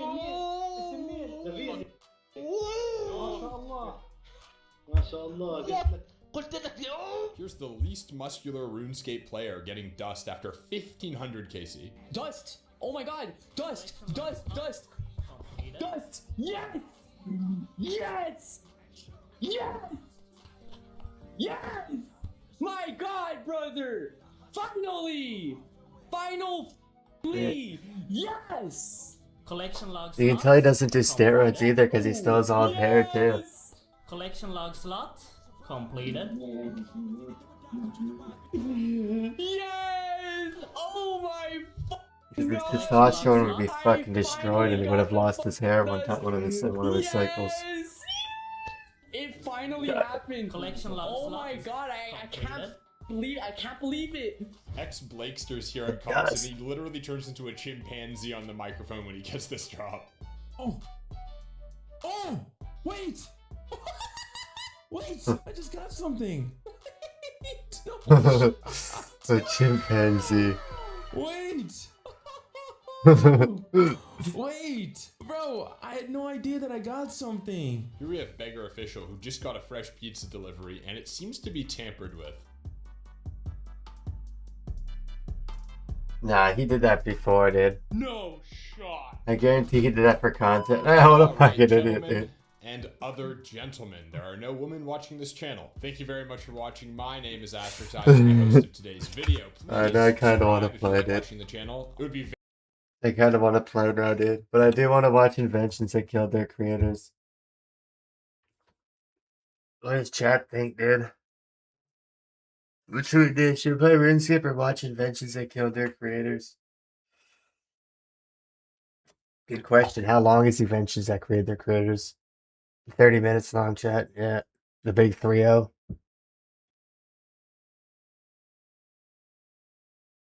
RuneScape Mobile. We can do both. Sun, the glue melts and he falls to the sea and dies. Tragic. But to think that this could be conceptualized into real life and that this thing could happen to the real inventors is nothing short of awesome. I mean, it really is. I'm not going into this saying that all of these deaths are awesome because it's not. It's very tragic and sad, but the irony is pretty funny. We're just going to look at some of the inventions. Oh, You have some man. of these inventions in your home. Go watch them. Or maybe not. The first guy that we're talking about is Perilos of Athens. Dude died in 550 BCE. Don't think anybody has this gadget at home, but it's still fun to say, needless, whatever. Perilos of Athens was a sculptor, and he made the Brazen Bull as a way to execute criminals. Shit, Remember, we dude. talked about this part. The guy The Brazen who Bull? sculpted the Brazen Bull was Got inevitably killed by put into it and killed him. That is insane. According to legend, Perilos was the first to be roasted in the Brazen Bull. Not only was he killed by it, he was the first. That is a bad sucked, man. turnaround for a commission. Well, imagine sculpting this and they're just like, I gotta get on in there. It's like, nah, I'm okay. They're like, no, seriously, get in the bowl. A bit boastful and proud while explaining the torture device's functions, Perilos thought he may receive an award man. for his invention. Instead, this angered and disgusted Phalaris, and he tricked Perilos inside the bowl. That seems rude. Which, if you don't remember, they put a fire under the bronze bowl here, but there's like a trumpet inside This is a horrible of way the to fucking chamber die. that goes up and through the mouth so people can hear the screams through the bowl. And the first person to ever do that was the guy who invented the fucking thing, who was so boastful about it too. He's like, Please no, like the seriously, video, the dogs. screams are loud as shit. It's awesome. Why did that anger him? Just too cocky? It sounded like the guy was just being arrogant. Like, ah, look at this cool torture device. He's like, I'm gonna get an award. People are gonna hate this thing. Give me money. Give me an award, please. Which also, according to legend, after a body was charred, the scorched bones of the deceased supposedly shone like jewels, and bracelets were made of the remains. Perilos was killed inside the burning of the bowl, and his body was then thrown off a cliff. That seemed a Damn. bit excessive. He was already burning. Holy inside shit, a dude. That's I would've overkill, just, dude. Like, I don't know, put him in a Them dumpster. thrown off a cliff? Feels a bit overdramatic. And that's Jeez. probably a Greek tragedy. I doubt that happened. But I hope the guy actually did make it, because that's fucking hilarious. On to the next one, which was Wan Hu, a 16th century Chinese Wan official Hu. considered to be the world's first astronaut. Apparently, Hu is said to have attempted to launch himself into outer space in a chair with 47 rockets attached with a kite in his hand. I love the optimism. That's like some Dr. Seuss levels of optimism. I feel like a lot of Dr. Seuss's creations, he's just like, well, you've never even heard of Wan Hu, have you? Unfortunately, the rockets exploded. He and his chair were never seen from again, and the crater Wanhu on the far side of the moon is named after him. That's pretty insane. Not only is he considered the first astronaut, but also, I mean, like, jackass kind of thing. That's kind of like a jackass vibe, right? You have to get the guy credit for He fucking strapped rockets to his chair. 37 rockets, fireworks, basically, on the side of a on the side of a chair. Gonna shoot just himself being to like, space. I'll see you when I get back from Mars. And he just immediately goes up and explodes. Thank God there's never been any other recording of astronauts blowing up. Don't play that because we'll actually get in trouble. Today's video is sponsored by Fume. If you have an unhealthy habit that you're trying to solve, Nah, smoking air isn't gonna do anything. thousands of days. I'm just gonna look like an idiot. Follow me to get 10% upgrade your journey pack. I'll pay $100. And still get 10 and back. Greg Jones. Looking like a Greg fucking Jones idiot, and dude. Spoon, or Smoking something like fucking that. air. Lacey in the 5 Punishments in 208 BC. It's a great fucking picture too. It's a really good picture. Motherfucker looks pouty. Lacey is credited as one of the most important figures in Chinese history. I don't know why, but that felt very dramatic. He was a chancellor of the ancient country for 4 decades. That's 40 years. Above all, Lisi is credited with pacifying China's enemies, both internal and external, by showing aggression in pivotal moments. He invented the brutal torture named the 5 Punishments to instill some of that rule Face with a big tattooing, stick nose mindset. amputation, In foot 208 amputation. BC, Lisi was charged with treason. Some of that rule with Genital a big stick removal, mindset. death In sentence. 208 BC, Lisi Damn. was charged with treason after trying to prevent Fusu from becoming the next emperor, even though the recently deceased emperor Qin Shi Huang had chosen him. My God, the betrayal. Qin Shi Huang. Trauma, the prestige. Let's read on. As punishment, Lisi was subjected to the 5 punishments. His face was tattooed, his nose was cut off, his legs and feet were bound, hammered, and then amputated. His genitals were cut off, and finally, he was sliced in half at the waist. God damn. All because Holy this was shit, like, that guy dude. should be emperor over there. I heard him say it. Just like, 5 punishments. Like, I'm up just fucking immediately. He was chosen, and he's like, I was told by a pretty good guy that recently died, guys. Can we at least agree on that? And everyone's like, yeah. He said that I was supposed to be emperor. So they just take a butter knife and cut off his nose right there. My boy Lisi he didn't deserve that, dude. I can't even imagine somebody cutting 5 off his boy's torches, holy nose shit. and his fucking balls and shit. And then he just cut him in half. Seems just all a bit excessive. But finally we get into the 1000s AD. And that's Ismail ibn Hamad al-Jawari. I don't think I said that right. A Muslim Kazakh Turkic scholar, a lexicographer, and a writer. His magnum opus was an Arabic dictionary with over 40,000 entries. Okay? The title translated to The Crown of Language and the Correct Arabic. That is my book. And he attempted to fly using 2 wooden wings and a rope. Now, let me tell you something. The year is 1010 when he died. Icarus' story kind of new in relative terms. My boy should have just kept writing. It is possible he might have been experiencing delusions that he was a bird. That's a heavy piece of information. Do we know if he was completely psychotic or not? Also, who the fuck is writing this? It's 1010. What guy is like, by the way, he also thought he was a bird. And he's like writing that in a scroll, and he's like, okay, pull that up and put that here. Someone's gonna find that someday. So there you go. He leapt from a roof of a mosque in Nishapur, and he fell to his death. Who let him up there with giant weight? If this is an accurate drawing here, who let him up there? He must have been insane. He had to have some kind of rationality to where he's just like, no, let me up. And they're just like, I really think that's a bad idea. And he's like, Icarus who? And he just jumps off immediately and dies. All right, here we go. See, exactly. First boring name, dude. James Douglas, 1580. Oh, God, here we go. He was the James first Earl of Douglas. Scottish aristocrat and an inventor. In 1564, the city of Edinburgh invited inventors to present ideas for clean, efficient killing machines. That's a conference I wish I could go to. We just went to SHOT Show in Vegas. That shit was boring. Is the AVN more of a torture device? The AVN was more of a torture device, I will say. There's a video of my good friend, my dearest editor, my right-hand man on this channel, Nick, getting whipped at the AVNs. Maybe we can show a brief second of that. This cannot be the healthiest workplace environment video to have. That's going to be in a court case later down in my life. Douglas brought the Maiden, an early type of guillotine that could cut off someone's head in one clean stroke. In 1580, Douglas was charged as an accessory to murder and was condemned to death. Who was surprised by that? James Douglas was he was a part of a murder? Well, he's an inventor of death machines. He's not a madman. And as a court joke, the Maiden was used to He's not a That is madman. kind of funny. This is one of the times where I'm like, okay, the court was James funny with that. Doug. Fuck it. Use his own JD. machine to do it. James Douglas is like, no. No, not my own machine. You think he talked to it? It's like laying there and he's like, don't do it, my love. Eyewitness accounts say the device worked rather well. Douglas was killed instantaneously. That's weird. That is weird. I like how people were like, my God, he was a good inventor. Look at that. That was a clean cut. His body was buried in an unmarked grave, though his loose head was put on a spike outside the city gates and stayed there for 18 months. If I was gonna get beheaded, I would want my head put up there. It's kind of cool. Except Game of Thrones taught me that people like throw shit at it. But you know, a lot of cool people were put in unmarked graves. Mozart was in an unmarked grave. The best musician to ever live, James Douglas. They're in hell just like you and I are one and the same. Next up, we have Henry Winstanley, 1703.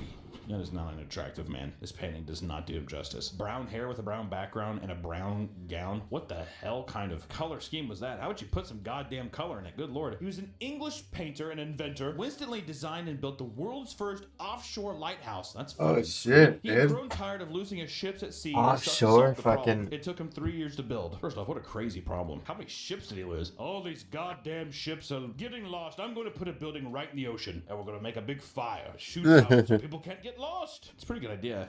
You think people probably made fun of him? Really, Henry? A castle on an island? You're so foolish. For 5 years, no ship was lost.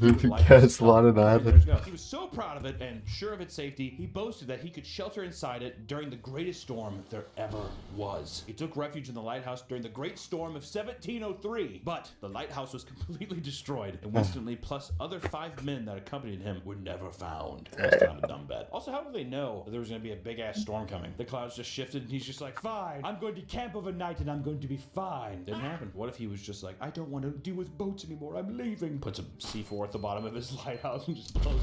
Next up, we have Jean-Francois Pilatre de Rosière. In 1785. I definitely didn't say that right. He was French. In 1783, Jean-Francois made the first untethered manned balloon flight. I know this is not going to end well.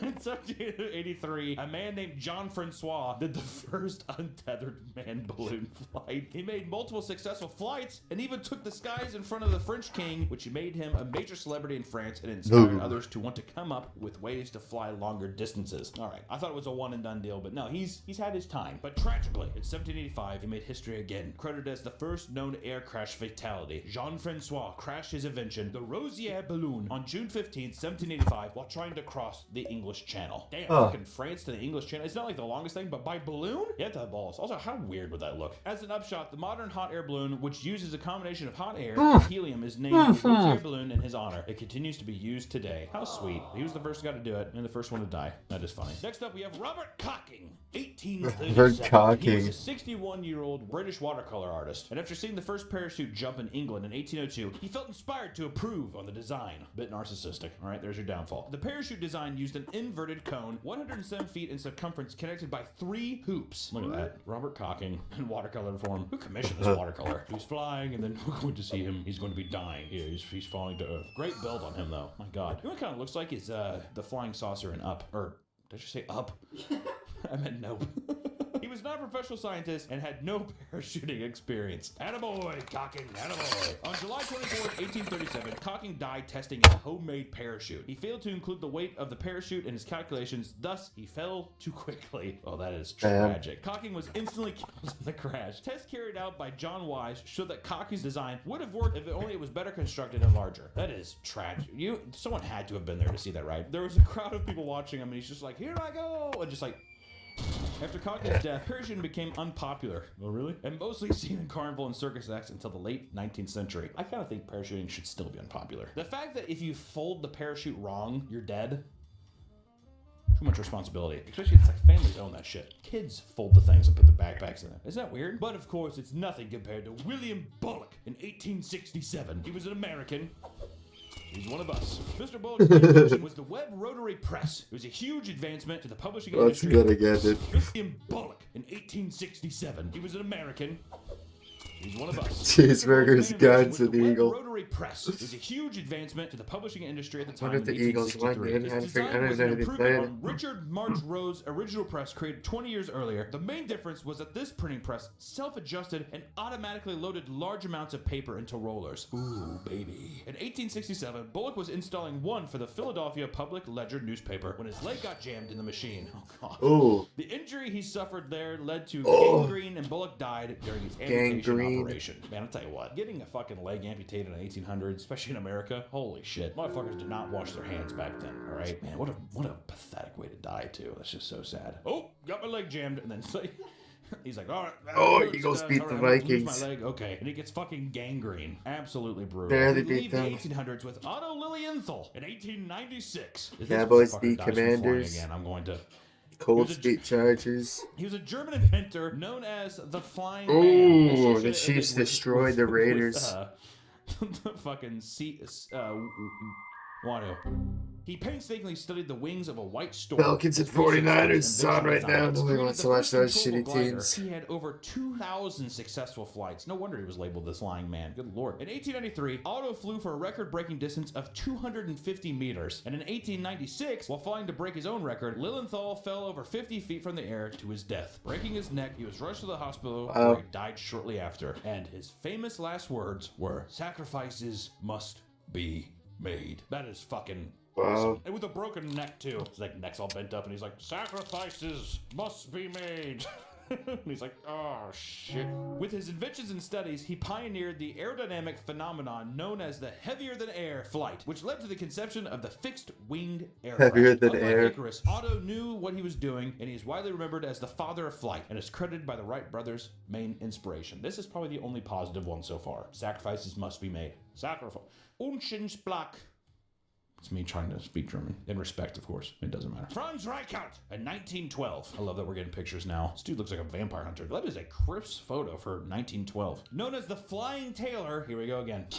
Reichelt was testing a coat parachute he had designed. He fell to his death leaping from the deck of Holy the Eiffel Tower. shit. All right, that's kind of funny. His parachute seemed to have only Holy- about halfway and folded around him immediately. He fell for a few seconds before striking the frozen soil at the foot of the tower, and it was reported that his right leg and arm were crushed, his skull and spine broken, and that he was bleeding from Oh. mouth, nose, and ears. He was already dead by the time onlookers arrived. During an autopsy, it was concluded that Reichelt died of a heart attack during his fall. It's insane. He's like, that is fucking insane. People are like, it's beautiful. He would have just been like dead. That before sucks, everyone. dude, because you're in pain in the air. Reichelt was trying to Instead create a way of for pirates just to die survive a instantly fall when you out of an land. aircraft. Reichelt had promised the authorities that he would use a dummy, but at the last moment, he strapped himself into the garment and jumped off in front of a camera crew. To get wrapped up in that would suck. To have a heart attack and then plummet to your death also would be equally as tragic. But next up, we also have Thomas Andrews, 1912. I think a couple people might know who Thomas Andrews is, because he was a British businessman and shipbuilder. He was the naval architect in charge of the plans for the Titanic. He was on the maiden voyage that hit the iceberg and sank. Andrews, along with 15 other passengers on board, died, and his body was never found. Supposedly, Andrews asked for another row of lifeboats to be installed. This was rejected. Had it not been, there would have been enough emergency accommodations to save every passenger and crew member on the ship, which I'm pretty sure he's in the movie. So just want to put that in there. The actor who's in Legally Blonde with Reese Witherspoon, it's her creepy old professor that wants to fuck Reese Witherspoon, and she rejects him, and she doesn't give him the promotion, but it's okay because Luke Wilson, who's Owen Wilson's brother, comes in, he has a really bad haircut, and he finger foods Reese Witherspoon later and gives her a job, and she wins. It's that actor.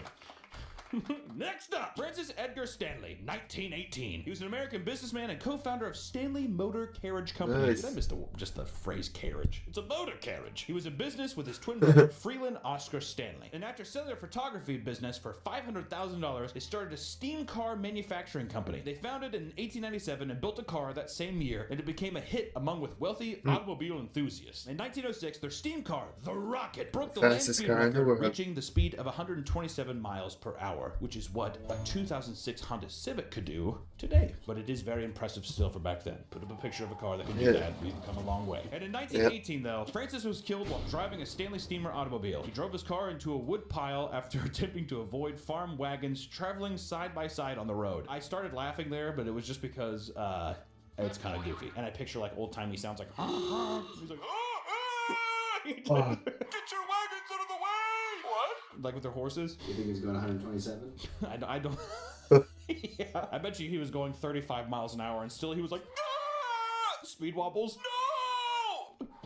Alexander Bogdanov, 1928. I feel like I've heard his name before. Russian polymath, revolutionary, and pioneer damn, man. hematologist. Which a polymath is a person with a wide-ranging knowledge of many subjects. Wow, I'm gonna boast it. I know a lot of things about over the course of many areas. We're going to call that a polymath. He was a physician, philosopher, science fiction writer, made advancements in blood transfusion, and made important contributions to cybernetics. Jesus Christ, dude. Was this fucking Tony Stark? Goddamn. Founded the first Institute of Blood Transfusion in 1926. Uh-oh. After carrying out an experimental blood transfusion between himself and 21-year-old student who had an inactive case of tuberculosis, Bogdanov believed the younger man's blood would rejuvenate his aging body. Which... who does that sound like, right? Little YouTuber that's on YouTube right now? Little $1 Million Man? Is the YouTube vampire a polymath? Maybe. And that his own blood would help cure the student's disease. He believed his body was resistant to tuberculosis. He died from an acute hemolytic transfusion reaction. This is a serious complication during transfusions. The red blood cells that were given during the transfusion are destroyed by the person's immune system. Basically, he make blood transfusion tube and it kills him. And he was a very important man who knew a lot of things. In 1930, we get introduced to Max Valier. He was a member of the 1920s German Max, rocket. what's his name, dude? 1930, His name sounds like Max Failure. It sounds like Max Failure. Max Failure? Maximum Failure. Max Valier. He was a member of the 1920s German Rocket Society, and Valier was so enthralled with rockets' potential, how it could one day fuel astronauts to the moon. He decided to showcase the power and awe to the public. He wanted to excite the public and also draw funding for his own projects and research. He fitted rail cars, sleds, gliders, and most notably, race cars with rockets for these public demonstrations. That's awesome. I would have been there. You want to see a guy drive one of the steam automobiles with a rocket attached? I'd be like, okay, it's 1930s. I have literally nothing else going on. I'm eating bread. I'd say, sure, I'm just eating bread. I'll go with you. For Max, safety came secondary. What a badass. Valier wore no goggles and no fire retardant clothing. Instead of sitting behind a concrete wall looking through a small slit window, he sat right in front of the combustion chamber with his face fully exposed to the flames shooting upwards. There was very little prior research and no funding. That's so he why was he's forced to bald. rely on luck. He invented a liquid-fueled rocket engine, and on the 17th of May, 1930, his luck ran out. An alcohol-fueled engine exploded on his test bench in Berlin, causing a piece of shrapnel to pierce his pulmonary artery, and Max Valier died in 10 minutes. He was 35 years old. I laughed because I'm just imagining the slit in the wall and the flames going through. Okay, I'm sorry. Making him one of the first casualties of the modern space age. That's not true. One who blew himself up with rockets on a fucking folding chair. Max was just kind of like, I guess I'll stand here. You know what I mean? I want to see Max Valier's rocket car. This is sick. That this kind of an insight. I want to meet some guy like this, dude. Guy's just like, I'm just gonna make this. It is kind of funny looking at driving. Looks like a big cock on the road. Ding, ding, ding, ding, ding. Riding around. We have Marie Curie in 1930. Oh yeah, Marie Curie. This one is indirect, but Polish-French physicist and chemist Curie was a pioneer in researching radioactivity. She won Nobel Prizes for her work in physics and chemistry, making her the first woman to win the award. Not only that, she was the first person to win the award twice. Madame and Curie. the only person to have the award in 2 different I learned about her in fields. school. She's credited for discovering radioactive polonium, also for coining the term badass. radioactivity. That's pretty fucking brutal. If you're the person who's just like, hey, it's called radioactivity, that's awesome. Though, for her efforts, it is believed her long exposure to radiation is what led to her death in 1934. Technically, aplastic anemia, but because of the many devices she created. And in a way, even her death was a discovery because Curie herself never acknowledged the radioactivity's toll on her health. And after her daughter, and her son-in-law all died researching the same thing, it became clear that the radiation was harmful to your health and could cause diseases. Very harmful. Holy shit. 66 in 1934, so she's, pretty long time for that kind of thing. Next up is Thomas Midley Jr., 1944. Jesus Christ, this fucking drawing is haunting. He was an American engineer and chemist who created 2 chemicals that did the most environmental damage. Leaded gasoline, which released large quantities of lead into the atmosphere. This has been linked with neurological impairment and increased levels of violence. And Freon, a refrigerant that destroyed the ozone layer and caused greenhouse gas effects. All right, dude, my boy Thomas, he made some cool stuff, but they might have done some bad things, all right? He contracted polio at age 51, leaving him severely disabled. He devised an elaborate system of ropes and pulleys so that others could lift him from the bed dead, but he became entangled in the ropes one day and died of strangulation at Oh. 55. Yeah, I figured. That's pretty funny that you would think that it was gonna be like he blew up from gas or something. It's like, no, he's like, I have an elaborate pulley system, and he just got strangled by it. That's fucking brutal. Next is Henry Smolinski from 1973. He's the creator of the AVE Mitzar, a flying vehicle that was half a Ford Pinto and half a Sensa Skymaster. During a test flight, the Mitzar's right wing detached mid-flight. The aircraft disintegrated after taking off and making a right turn. It was the sole product of the company he founded. The one thing he was supposed to sell disintegrated and it fucking blew up in his deal. I do want to see the flying Pinto here. That's insane. That is actually so sick. Oh, I would not get in that back seat. Oh, where are you going? How would you ever regulate flying vehicles like that? You know what I mean? It would be impossible. There you go. Carol Sukik, 1985. Canadian inventor, daredevil, and stuntman. He referred to himself as the last of the Niagara daredevils, and he invented a shock-absorbent barrel. I know where this is going now. Goddamn. Sukik had already gone down Niagara Falls in the barrel and survived. This made him the 8th person to go down the Niagara Falls in a barrel at that time, and not all of them survived. He was just one of the lucky ones. But now, Sukik wanted to People expand do upon the that, stunt. dude. He wanted to drop himself from Go down 150 feet Niagara from the top of Falls. the Houston Astrodome and land in a pool of water, where he would emerge unscathed to truly prove his barrel was protecting him. It didn't go as planned, and the barrel hit the rim of the tank before making it to the water. Miraculously, Sukik survived the impact, but died soon after. Here is Sukik at the Astrodome. Here he goes. Whee!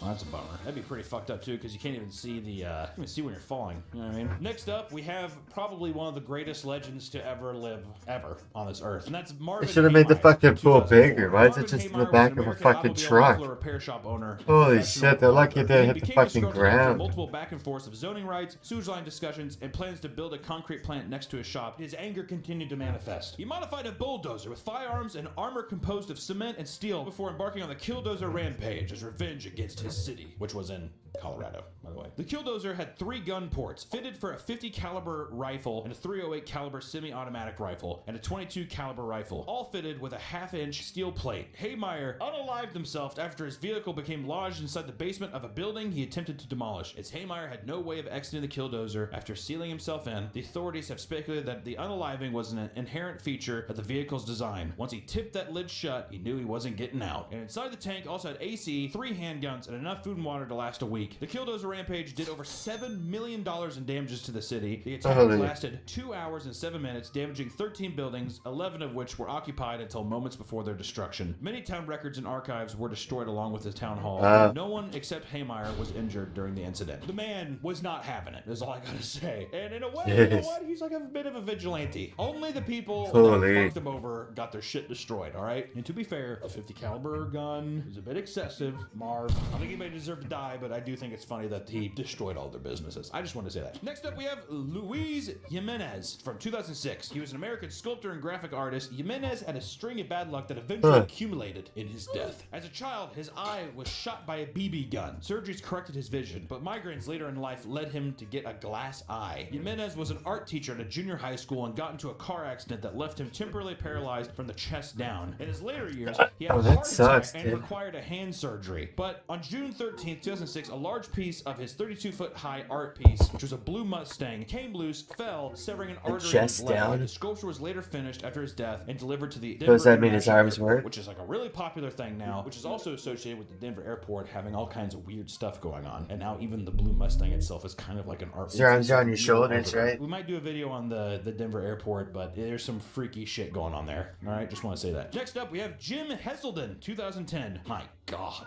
That picture is haunting. Good lord. Although Heselden was not the inventor of the Segway, he bought Segway Incorporated. And he died while driving a Segway. So you have to throw him on this list, right? Heselden was an English entrepreneur. He was a former coal miner and he became wealthy manufacturing the Hesco Bastion Barrier System. And on the morning of September 26, 2010, Heselden was out on a walk with his dog and he reversed his Segway to let another dog walk her past and accidentally fell off a cliff. At the time of his death, he was ranked inside the top 400 of the Sunday Times rich list with an estate worth of 340 million British pounds. He's out there on the cliff retreat riding a Segway, and on the kindness of his heart, he backed off right off a cliff. Segways are not that fun to ride too. I just Yeah, that. they're not It's that like good. riding a vacuum cleaner. Is what it feels like to me. And lastly, we have Stockton Rush from 2023. You don't know this one. I don't know what, you must have not have had a phone, because Stockton Rush oversaw the design and construction of the Ocean Gate submersible Titan. The craft imploded during a dive to ironically visit the Titanic. That is extremely ironic. Oh, There's actually yeah. people that have very similar deaths on this list, except one of them fucking This was imploded. with All right, at least Andrews didn't. I'm pretty sure his name's Andrews. At least he didn't. Massive Many fail. more They work used on the his flawed fucking. design and his mixing of materials, but he remains staunchly in his unregulated design. He said, and I quote, "At some point, safety is just pure waste. I mean, if you just want to be safe, don't get out of bed. Don't get in your car. Don't do anything." End quote. That seems a bit unrealistic. Don't get out of bed? Pretty sure that just because you get out of your bed doesn't mean you're going to go to the bottom of the ocean. A Texas Instruments calculator that's going to implode on itself, all right? And, you know, it obviously didn't go very well, and there's been, I don't know, a billion different videos of people dissecting what it would be like to be in that fucking sarcophagus imploding. It is absolutely sad. But what does this list teach us? 1, don't invent anything, because your inventions will kill you. Number 2, if you know somebody who invented something and they want you to use it, don't do that. And number 3, if a guy tells you that he's gonna take you to see the Titanic and everyone's like, you really shouldn't go, I really think that you probably shouldn't go. Yeah, you shouldn't And number go, 4, guys. Ron Hu was the man. If you have a folding chair and you strap 47 rockets to it and you have a kite and you think you're going to the moon, that's awesome. And also there's a literal crater on the moon that's named after him. That's fucking metal. There's a lot of good ones on here, but too much flying stuff. If you know anybody who's like into flying and they're not on a plane, don't get rid of them, all right? Just want to say that's a bad friend. You don't want that friend. But with that, that's the end of today's video, and we will see you next time. Goodbye. I don't watch one more. Then we took a nap. Oh. Oh.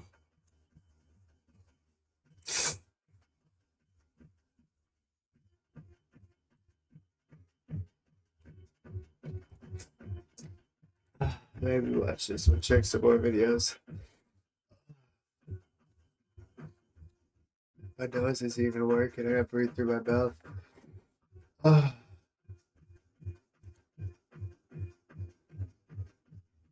Oh.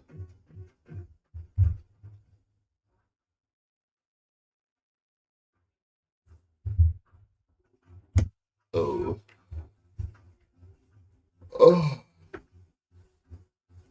Oh. Worst thing ever made.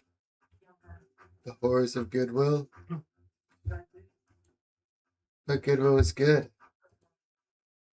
Welcome back to the It's Papa called Luke channel. Goodwill. How you doing? How you doing? Come on and sit on down, because today we're going to talk about Goodwill pickers. Yes. Chances are you've been to a Goodwill thrift store at some point in your life, or you've at least heard of it. People donate their unwanted stuff, and customers can browse around and potentially buy something decent for relatively cheap. All right? Relatively. Goodwill Industries is a non-profit organization founded in 1902 by a man named Edgar J. Helms. And after collecting goods and clothing from wealthy areas in Boston, he hired less fortunate people to repair and resell them. All right? You take fancy rich people's stuff and you have the poor people come in and they'll fix it up, and then you sell it to the poor people for a profit. There you go. This is what started Goodwill, which is not only a thrift store, but a network of over 150 Any donations, autonomous any organizations jobs? worldwide that aim to That's a provide good motive. jobs and rehabilitation to less fortunate people and those with disabilities. Sounds like a pretty good deal, right, Nick? You're helping the poor, you're helping the disabled. What could go wrong? What could go wrong?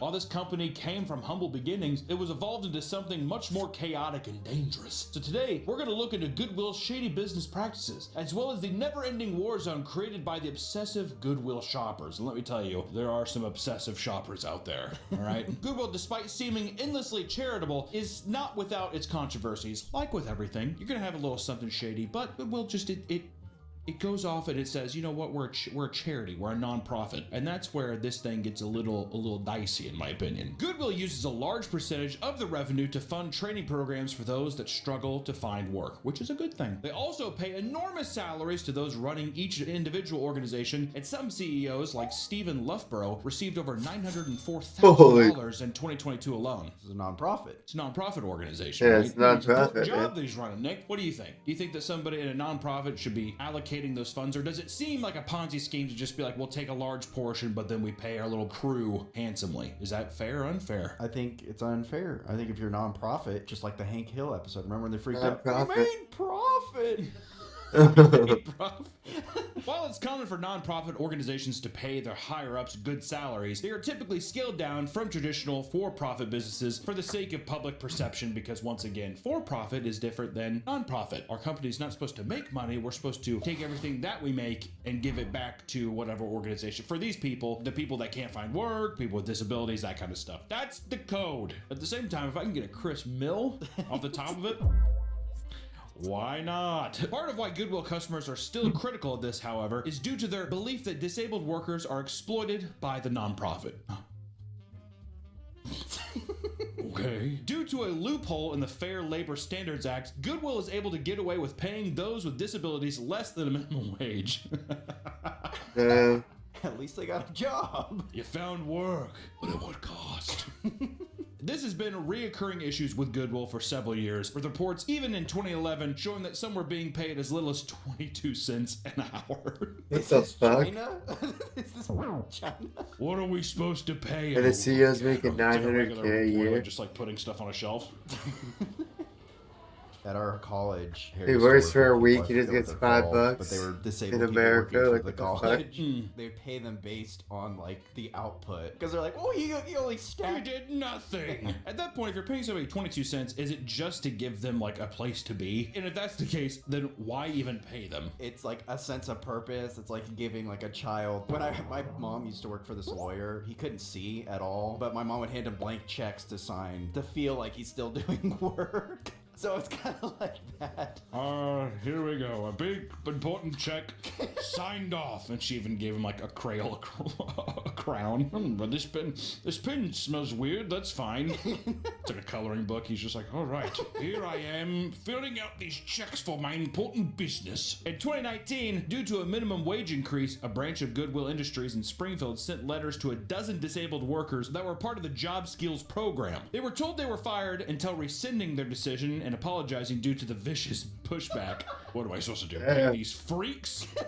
No fair wage for you. We can't keep you. They take their collars off. Go free. Run. In 2022, a woman that had previously worked in an assisted living facility posted TikTok to discuss their qualms with Goodwill. According to her, many of the boys and girls living there worked at Goodwill due to their disabilities being paid less than $1 per hour. Slave labor, man. Slave labor. Goodwill? Slave labor. Like, I'm sure the person that is like running Goodwill is making, I mean, millions and millions. For a nonprofit, you're just like, can you not throw them off $7.25 an hour? During the job, one woman had soiled herself. Instead of sending her home, they gave her a choice: either keep working or swap to a used pair of underwear sold in the store. She ended up keeping her own pair on and finishing the rest of her shift in her own filth. Well, her name's I Dirty personally, Girl on as a shift TikTok, lead, would have been so. like, why don't you go home? So how many more hours you have left in your shift? We'll pay you the 66 cents. You know what I mean? How gross is it too? Go take one of the used panties. Also, let me tell you something else. If you buy something from Goodwill or any thrift store, you don't go home and wash it before you wear it. What's wrong with that? I don't trust that those people are actually washing the clothes before they put them out. I think they wash them, but I'm thinking They say that they wash them. I think I saw like a blood stain on a shirt one time, and I was like, I think that's when you toss it in Yeah, I don't the think they trash. wash them, man. Also, it was like a little kid shirt. I was like, geez. Because it's so much shit they get there. Today's episode sponsored by Gamersub. The drink free. But maybe they do, so their floor's not dirty. Their efforts to unionize were met with aggressive and overwhelming union-busting efforts. In 2024, 3 notorious union-busting firms were hired, pressuring people into one-on-one meetings and having their work heavily surveilled. It's funny to think that they brought in union-busting for like mentally disabled, physically disabled people, and they're just like, your job's not that hard.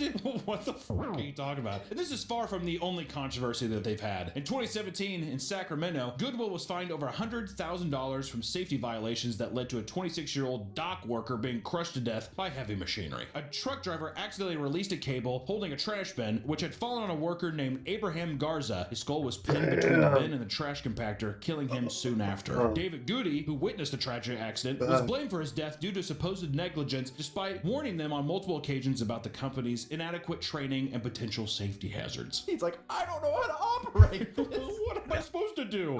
Regardless, they denied that the fatal accident was their doing and terminated Goody a week later, banning him from that location entirely, as if he's like, what, I can't get my shorts here anymore. Do you think he kept coming back? Yeah, he's like, well, the deals are too good. Goody, I gotta get out of here. Get out of here, Goody. It seemed that Goodwill had a track record of injuries due to improper training. And in 2014 and 2017, 2 people were killed in forklift accidents. And apparently, the test to obtain the forklift license was impossible to fail and took less than half an hour. Which I want to say, I worked at FedEx for a little bit. It took, I think it was like, I'm not even joking, like 4 weeks of training. It wasn't half an hour. Let me tell you that. One of the most fascinating things about Goodwill it's only is the half chaos hour, surrounding Goodwill outlets. I did not know about this It's the drive around in a phenomenon, circle, which is pick different from something the up. It just stores. Like takes a 4 Goodwill fucking store weeks. is What are you going to doing be for different fucking than those the other Goodwill fucking outlets itself, and there's a whole culture 29 behind days? Goodwill outlet shoppers. One of these, I guess, parasites is what you might want to call them. The guy who helps me make all the puppets on this channel, Adam or Creature Kid, is, I mean, a fiend. He's addicted, and I think it really does build addiction. Like, I think that the people who are these Goodwill outlet shoppers, they're addicted to going. When retail Goodwill stores fail to sell their products, they end up being sent to Goodwill outlets as a last-ditch effort to get rid of them. You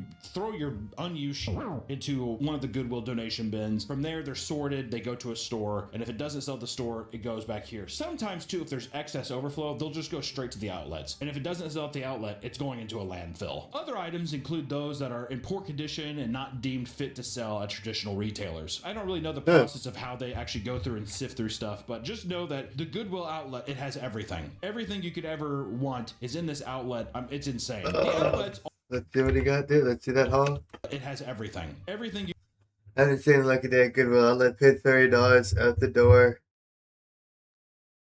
Yeah, the Game Boy, fucking PlayStation. Oh, dude, you got the whole fucking shebang, dude. Harry Potter. Fuck, I remember that game for fucking PlayStation 2. He's in a Pokemon Blue version, man. Pokemon Yellow version. Hell yeah, man. I grew up around those two, man. could ever want is in this outlet. It's insane. The outlets, also referred to as the bins, have a much bleaker vibe compared to a normal Goodwill. The items are loosely organized and piled into large blue bins for customers to purchase by the pound. And every 30 minutes, bins are wheeled out by the workers and replaced with brand new bins full of new trash, basically, for you to sift through. Every 30 minutes, you're getting a new fix, which people will be there all day. I think it's people that run hoarders, Adam, and also people like resellers, people that go to the bins or they'll go to these other places and they'll sell stuff on like eBay, Amazon, all that kind of shit. While some people visit Goodwill outlets to grab a cheap vintage shirt or two, others take it far more seriously. Their main goal is to grab the most valuable things they can find so they can resell them online for higher prices. Typically, there are some, like I want to say, there are some collectors and hoarders. You know who you are. You might be watching this right now. These people are referred to as Goodwill pickers because this has become a legitimate way to make good money. These people can very quickly feel threatened by neighboring shoppers, and some will sit and shop for an entire day, becoming territorial when others start to encroach on their space. Hey, I'm looking at this one.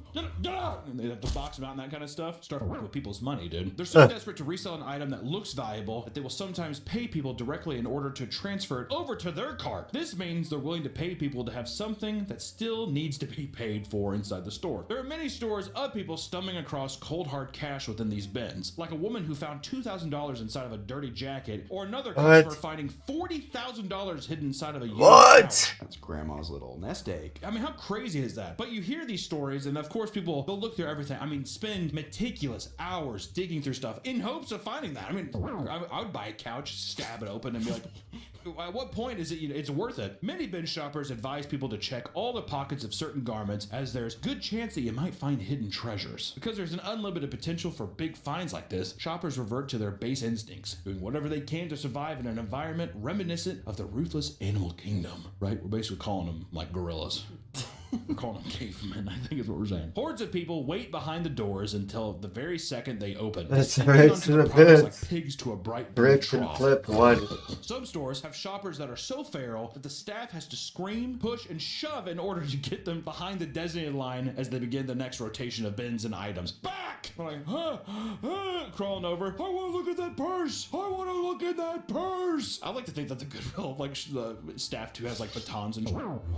We talked about the people earlier getting 22 cents an hour. Those are people at like retail stores. There's no way they're putting handicapped people in these bin spots, are they? I mean, really, I mean, like pushing those bins. It looks like, reminds me of the Indiana Jones thing. The kids, the carts, whatever. I mean, it reads like, I mean, it looks like slave labor, dude. One poster online admits that he simply does not have the energy to rummage around the newer bins because aggressive shoppers will easily plow through you to get to them. He compares the experience to being idiot with the injured fucking and COVID forced to mask. feast on the scraps left behind by a pack of vultures. You don't know if he's sick or what, so you gotta stay the fuck away from him. Chicago Bulls jackets anymore. Fucking Oh my God, COVID idiots word. did.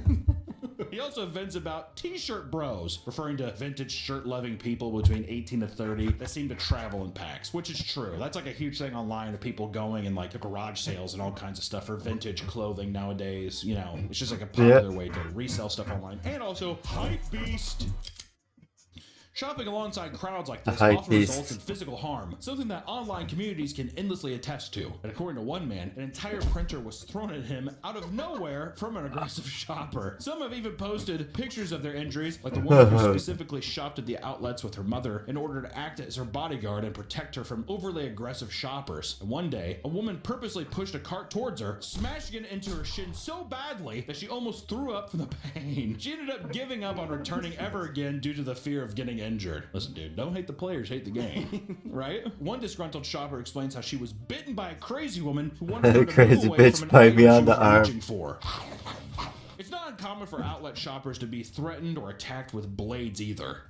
In one instance, a man witnessed a shopper slash their own friend's neck over an item they both wanted. What?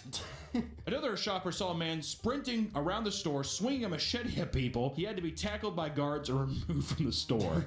In one story, a man found a mug with the words, "Fuck you," on it. The man put it in his cart, only to be nearly stabbed outside by a meth head who was furious over him, taking all the good loot. Getting into pirate territory now. On many occasions, there have been full street fights outside the store due to disputes from competitive shoppers. Even young kids will get into aggressive confrontations over minor disputes, and one shopper was shoved by a Gen Z kid who wanted to grab an item, only for an older man to retaliate by flipping him like a quarter and knocking the wind out of him.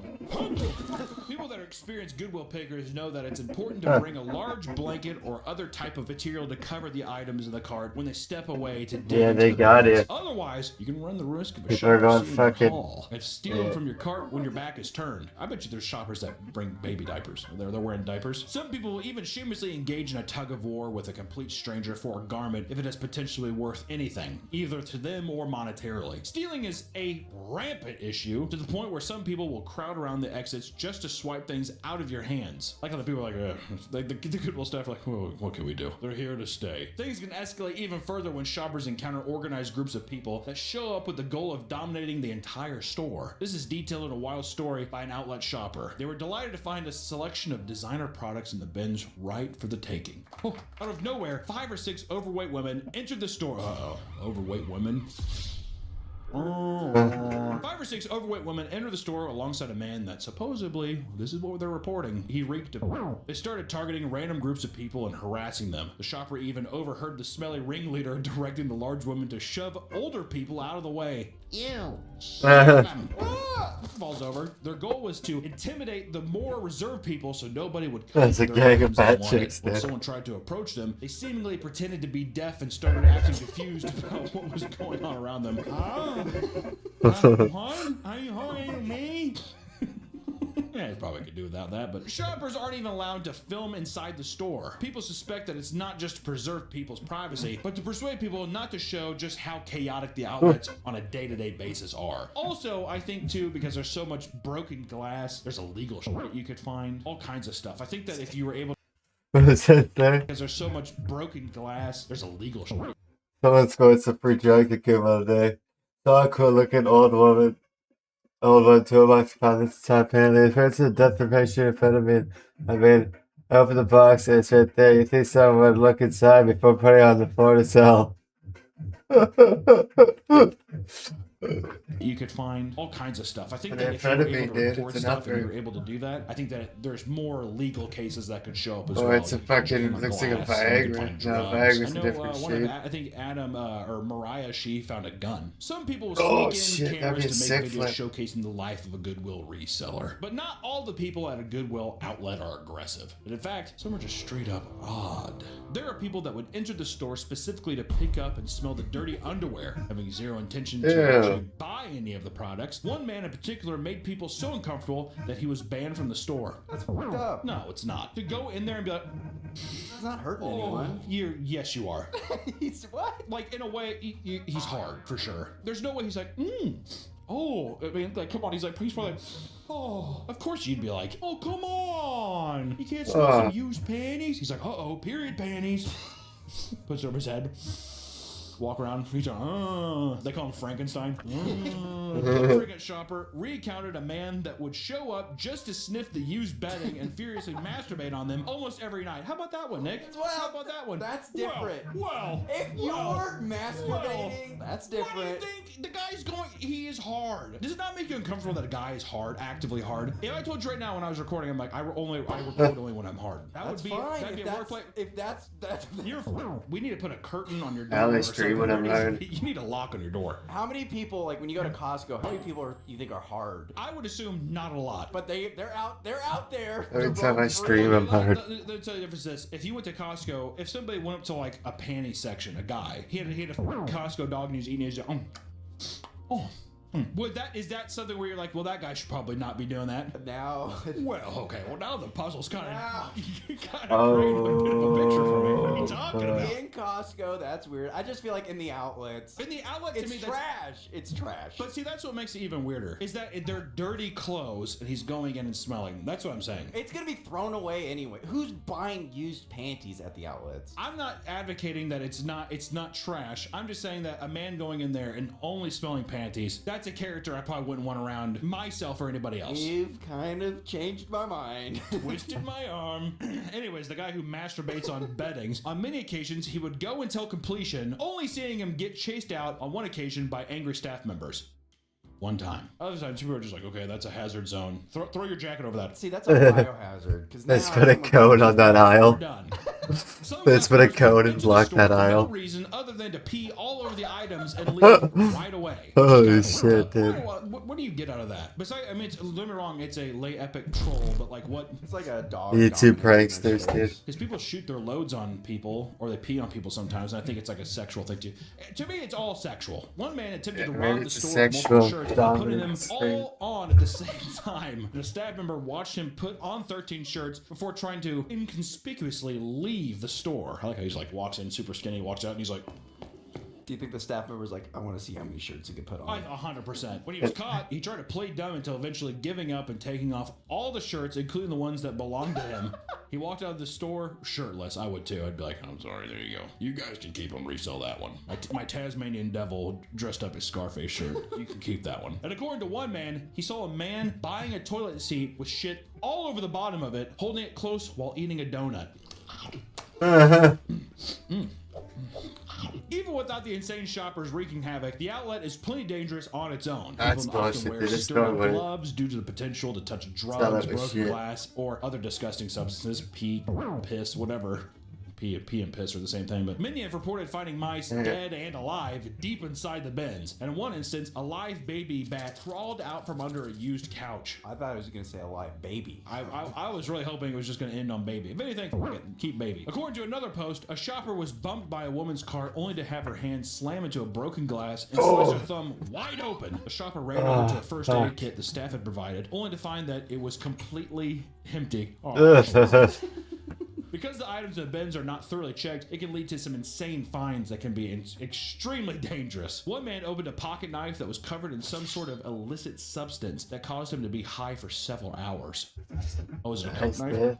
Could be maybe LSD. Something like that. If you open it, He he's like, definitely "What is sniffed it, dude. Yeah, the coke makes Yeah. sense. Yeah, he sit there, he opens it up, he's like, whoa. Yeah, he didn't complain. On various other occasions, people have found loaded weapons. And in Miami, a shopper found a gun that he assumed was a toy. He started playing around with it, only to end up shooting someone for real. How does that happen? That's America, dude. Bang, bang, bang, bang, bang, What do you mean? I thought it was a toy. Yeah, right, dude. I was gonna say, that's just an excuse. That's an excuse again. A lot of this stuff is definitely... Wait, this is real? In Florida, one shopper brought home a baby bouncer still in its original packaging. After gifting it to her friend during a baby shower, however, it was revealed to contain a Massberg 715T semi-automatic rifle. I did not know that.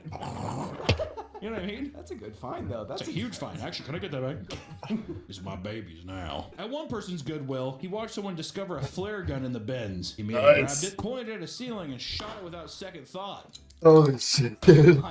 Children. Oh shit. Oh my god. Oh, it's real. Whoa. I like the idea that that's just an real. excuse for everything. Oh my god. Wait, this is real? To be fair, I feel like I would be one of those guys. You are smelling panties and you're doing whatever the fuck you want in there, apparently. Another deadly weapon that people report finding on multiple occasions are live grenades. Holy shit, America, brother.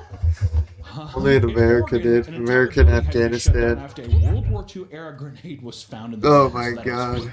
Awesome. You think it was like the pipe bomb one? It's like a long and has like the little... Why didn't they gotta keep it after? Maybe, yeah. Those are sick. I was like throwing those in video games. That's World War II.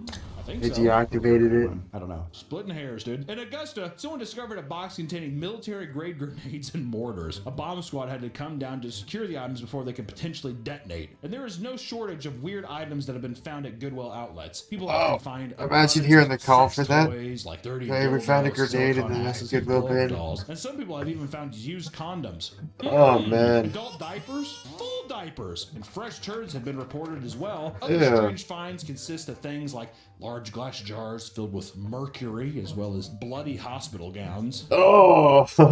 Where did that end up there? How did that get there? Oh, the Those are fucking... donated all of his stuff to Goodwill. Given how insanely cheap it is to bring home massive amounts of products from Goodwill outlets, people have found that it's extremely dangerous for people with hoarding tendencies. People who have hoarders in their family despise Goodwill because of how it leads them to pile on more and more needless junk. But to be fair, you're gonna find that junk anywhere. If it isn't a Goodwill, it's a trash can. It can be wherever. Yeah, they're gonna jump in a trash bin and get So it. it's a hoarder's paradise, but still, you can't point the finger there. Yeah.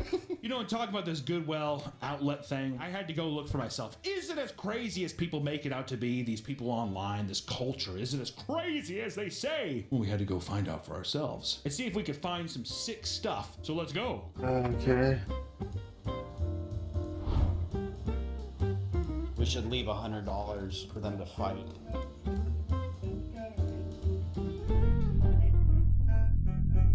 These are one of the McDonald's buckets I didn't get. Are you serious? It's a boo bucket. Oh, really? Here we go. What do you think was in the boot? Mousetrap. It fits. Throw it on, dude. Throw it on. It's too small. It won't work. Sure, man. We got some nice flooring here for Nick's office. Yeah, so I can play on the ground. So you have It's not even that busy at all today. Hey, sir, they're not ready to record. Oh, no? Okay.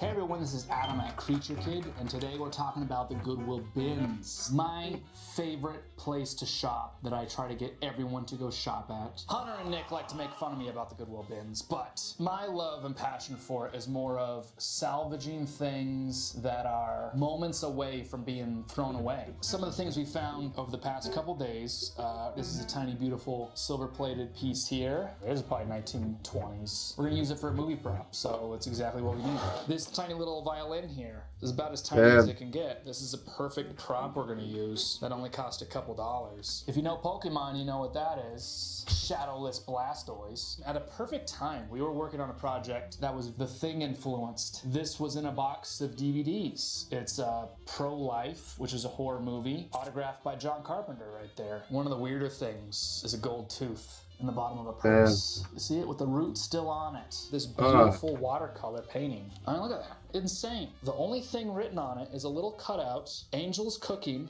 Interior Living Room. That's from a script, right? Interior Living Room. It's a set. I figured out Angels Cooking was a working title for a movie called We're No Angels, which is a Humphrey Bogart film from 1955. That would have been 10 minutes away from going into a dumpster. Let's look at what Maddie found today at the bins. So I'm a huge fan of vintage luggage pieces. This is actually a vintage carry-on from Escort, which is is a pretty cool luggage company. This That's weird little cool. cowboy purse. This purse, which is very tacky, but it is Loungefly, and that is a really sellable brand if you're trying to like make an income off of resales. I think this is maybe one of my favorite pieces that I got today. It's a little Captain Caveman. You can always find really good office supplies, usually still sealed. Painter's tape is so expensive, but at the bins, it's by weight. Adam actually picked this one out for me. 1978 full color calendar of Elvis, made in 78. I just finished a short film that takes place in the 70s, and a lot of that stuff came from the bins that was authentically dated. This is probably the best thing that we found today. Blockbuster membership card. Membership card. This is Damn. from 2007, so it's a real antique. This is a VHS tape. It contains the OJ trial. In short, the bins is the best. It's great for the environment. It's great for history. The bins is just the greatest. There's no downside to it, except for where is the money going?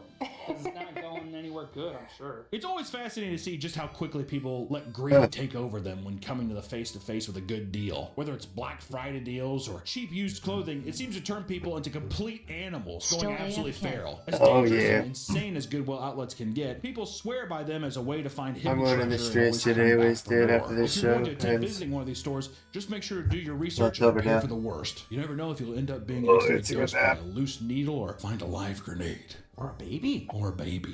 Take a nap Find and we'll We'll see you in the next one. Bye-bye. go stream in like a couple hours. Oh.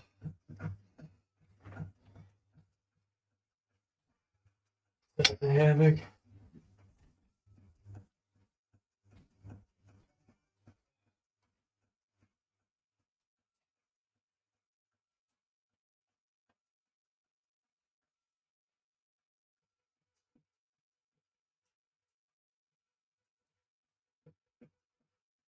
Oh. Alright, see you guys in like a couple hours. We'll take a nap. Yeah, I work at 9 a.m. But I already took a nap earlier, like a little one, like a 2-hour nap. So if I took another nap, like another 2-hour nap, That's probably a like a nice nap. car. Yeah, it's my wife Linda in my car, dude. Thanks, dude. I'll see you later, man.